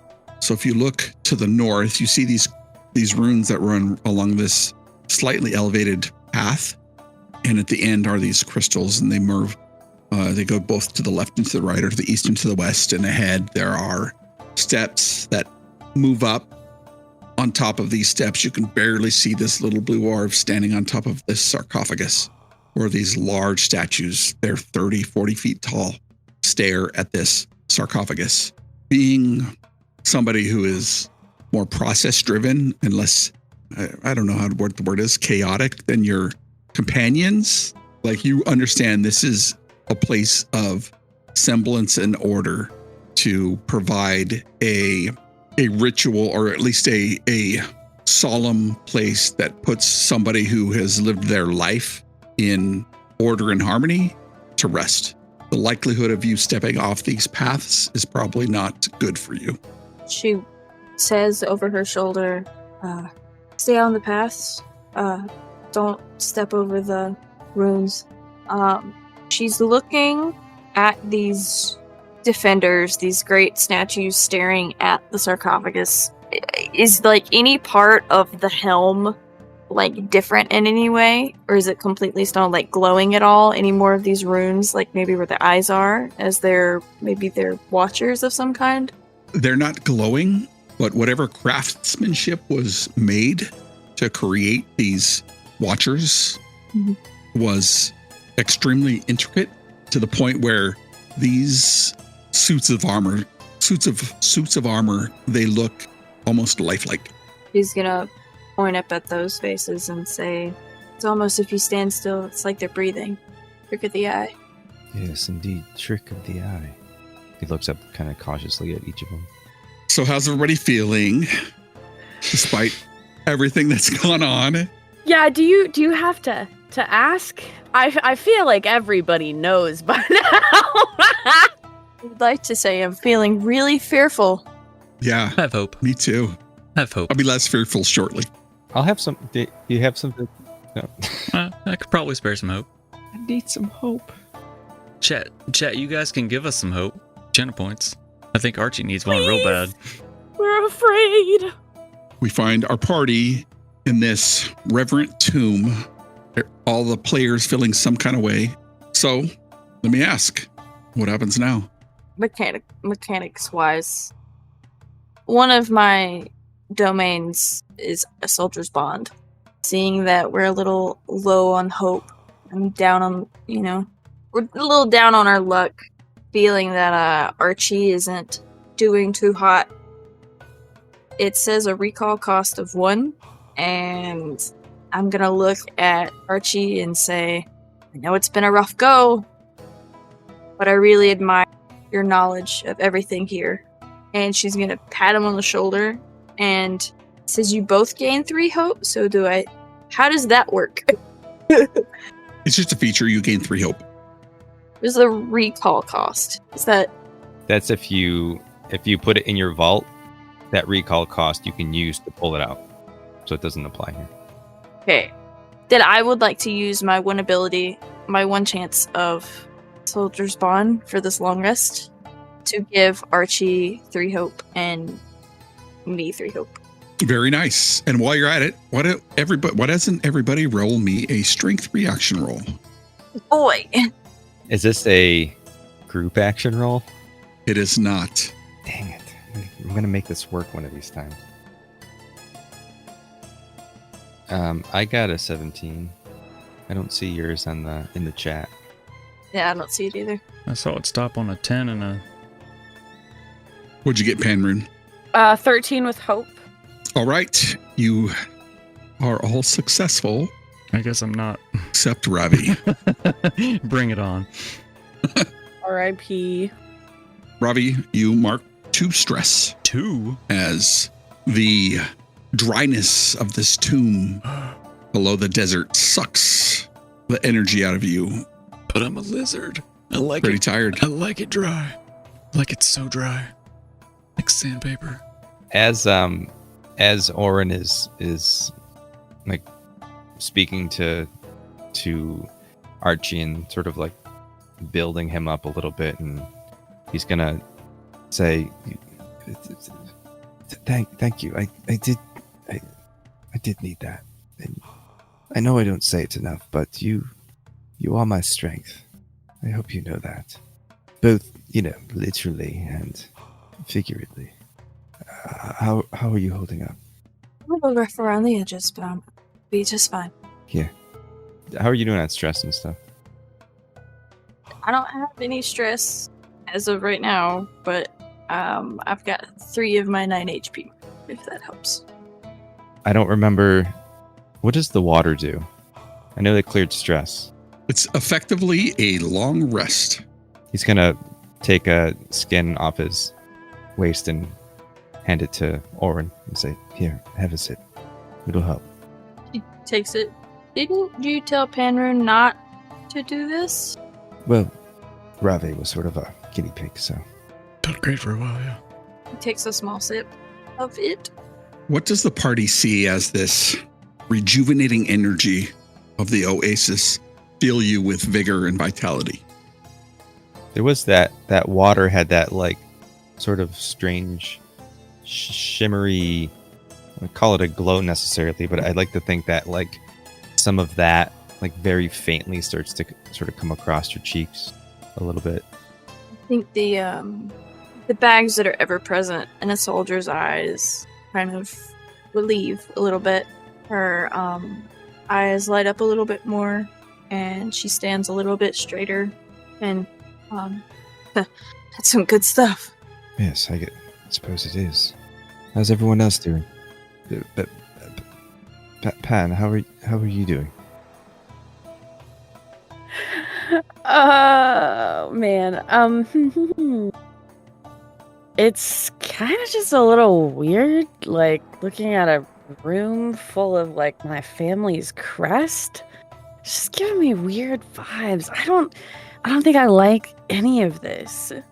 Yes, I could see that being a bit strange. It's strange to see, and it's not even my family exactly. Are you hurt though? Are you? Huh? Me? Hurt? No. I'm fine. Ravi, are you? Realizing that Ravi was the guinea pig and he jumped into the water, you can go ahead and mark off that stress, and you don't have to mark any of those strength reaction rolls because you effectively got a long rest only like 4 or 5 hours ago. Oh, true.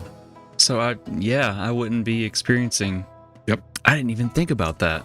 Good catch. Thank you. I've been thinking about when to use this water for weeks.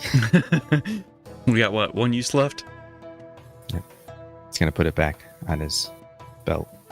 All right, well, oh, the hell with it. He picks it up and takes that last hit. All right. Boy, I hope we didn't need that for later. Oh my! I have quite a bit of stress. You feel rejuvenated as the vigor and vitality returns to your old bones. In this somber moment, in this obvious tomb, what would you guys like to do? So how do we get across this room? Don't pass over the blue lines. Arcane vigils, runes, whatever these markings are, don't pass over them. So we would just walk straight? Perhaps Pan should lead the way. If you would like, Pen, I can walk with you. We can go together. This may be Pan. Yeah. I did. Listen, I don't really want to go alone. They always say, take a friend, so. Are you getting anything from your from the this thing? Circlet? Is that what you called it? It's like I don't even know. I think it's like a circlet of etheric resonance or something. And I actually did, like, right before Oren entered, I was at that point, like, asking about that, which is when I think our lovely GM asked me about Panrune's family crest. So if it's okay, I would love to now just kind of directly reach out to that divinity, or that, as we say, benevolent benefactor, which I said correctly this time, and not necessarily in speech or direct words, but just a direct sort of intuitive, intentional connection. Why don't you give me an instinct roll? I can do that. I rolled a 12 with hope. Give yourself a hope, and you feel yourself drawn forward up the steps. Okay, yeah. I mean, I'm actually going to. I think I'm actually gonna take. No. I'm going to do it this way. I'm going to extend one of my wings around Archie and kind of stand, with my group of friends, but with Archie almost just kind of like going toward these steps with him. Just kind of a little bit, not under my wing, but, just, yeah. Yeah? What do you do now?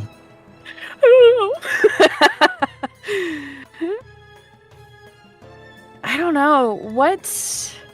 Can you describe again, like, what this sarcophagus looks like?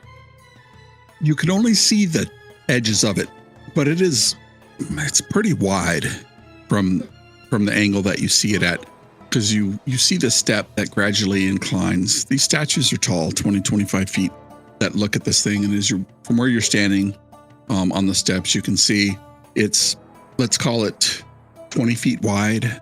On top of it sits a orb of blue, the same color that you turned the orb into in the last room.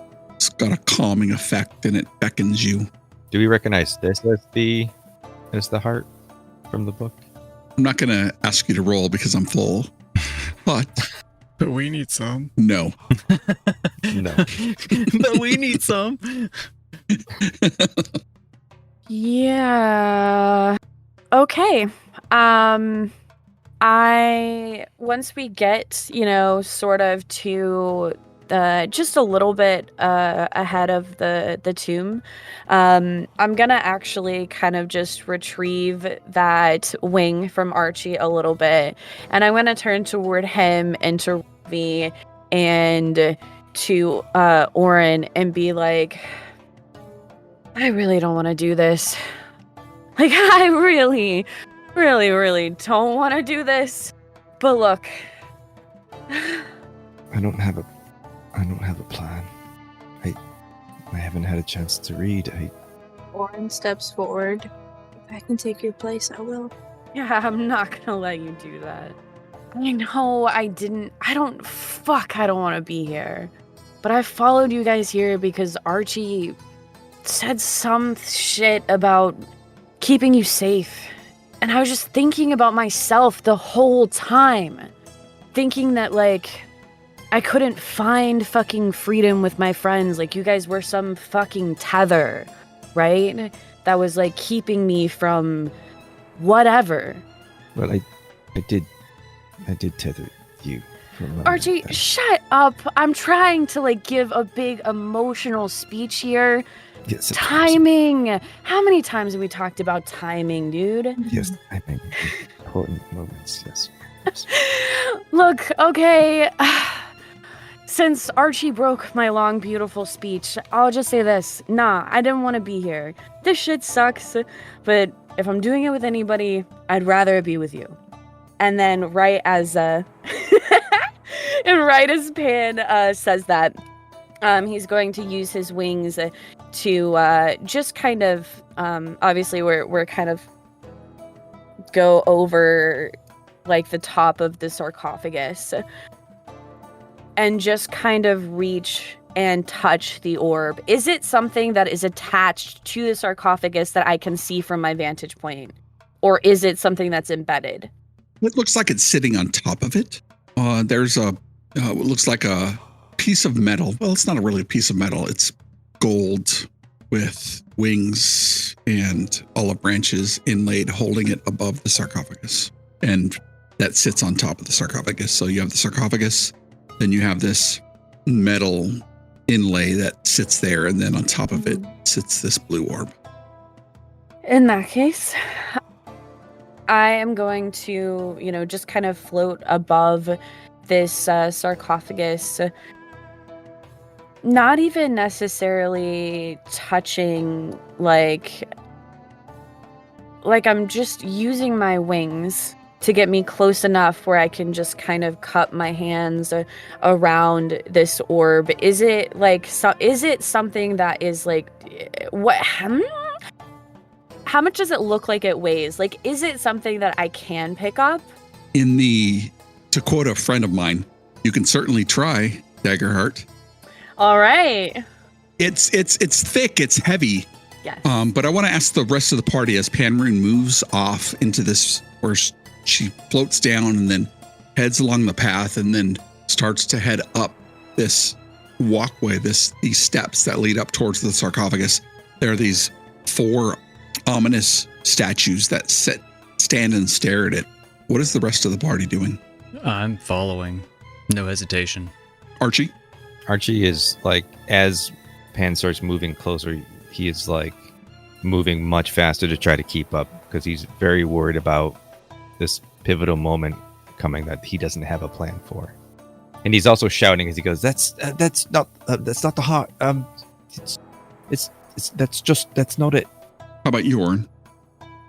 Oren has her hand on her sword and trying to keep up. She stops just before the blue line. I'm assuming it goes under the stairs to the platform. She's stopping just before it, not crossing it, but she's holding her sword. As you step up, it's clear that these steps go over these runes, these thick runes, encase these statues. They also stand on a plinth that's 10 feet tall, and then they're 25 feet tall. But these runes go around it. And so these steps clearly are meant to pass over the runes. She stops just before it, and she whispers to all of them, and she's like, the runes. Damn it, Phoenix. What'd I miss? Some thick pan runes. Hell yeah. Hell yeah. All right, so what happens now? I'm gonna keep continuing forward, trying to avoid any thick pan runes. Impossible.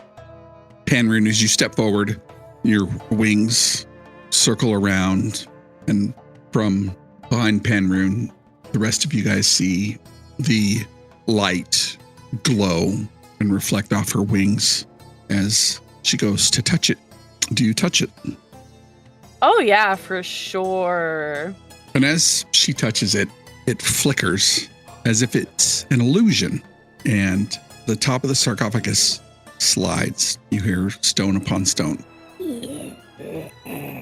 It slides away, revealing the interior of the sarcophagus, which is clearly not a tomb, but stairwell leading down into the temple. On one edge, you see a unfathomable black cloak hanging on a rack. So I guess it's down then. You guys see what I'm seeing, right? Like you do see that little like really creepy black cloak right there. It's kind of freaking me out. We haven't. There's been nothing that we've seen in any of the lore so far about a black cloak. Nope. Well, it's. Do we take it with us? I am not touching that. No way. Especially not. Never mind. Nah, dude. No way. I want to look at it. Touches it. Can I cast Reveal to see if there's any magical? Certainly. What does it look like when you cast Reveal? While Ravi's like reaching up to touch it, I'll be like, This is me doing a little dab. And a spellcast roll. Oh boy. Why am I so nervous to roll all this? Oh, I'm in demi-plane, sorry. Okay. That's a good roll. That's such a good roll that's not a crit. Yeah. No. I've done the worst, done the best. As you cast it, Archie, I think you're like, I know what this is. You've seen it. It's not an artifact or extremely rare, but you've seen other people you've worked with who have employed these things, and other people, in fact, you've hired in the past. This is a cloak of silent steps. Okay. It's made of finely woven dark cloth. I said she reaches for it, so I think Oren and Ravi are like... Give me a, is it agility or finesse? Finesse? Oh, you're still going to beat me on this. I don't know. Just a roll? 13. Oh, that was almost there. Still better than Oren as you grab it off the hook that it's hanging upon. It is, and as Ravi picks it up, Archie, you're instantly are like, oh, I know what that is. Now convey it. It's safe. It's a cloak of soft step. You should make you pretty silent as you move, I think, right? Mm-hmm. Why it's here, I don't know. All right. Oh, yeah. I'll throw it around my shoulders. You'll have to spend some time attuning to it. But it will take you a little while to descend these steps. Greetings, Tinsfolk. John Dresser here. Thank you so much for being a part of our story. Be sure to like and follow so you'll never miss the next chapter. You can catch the adventure live and uncut most Fridays at 9 p.m. Eastern on YouTube and Twitch. Just search Celadon D&D, and we'll see you there.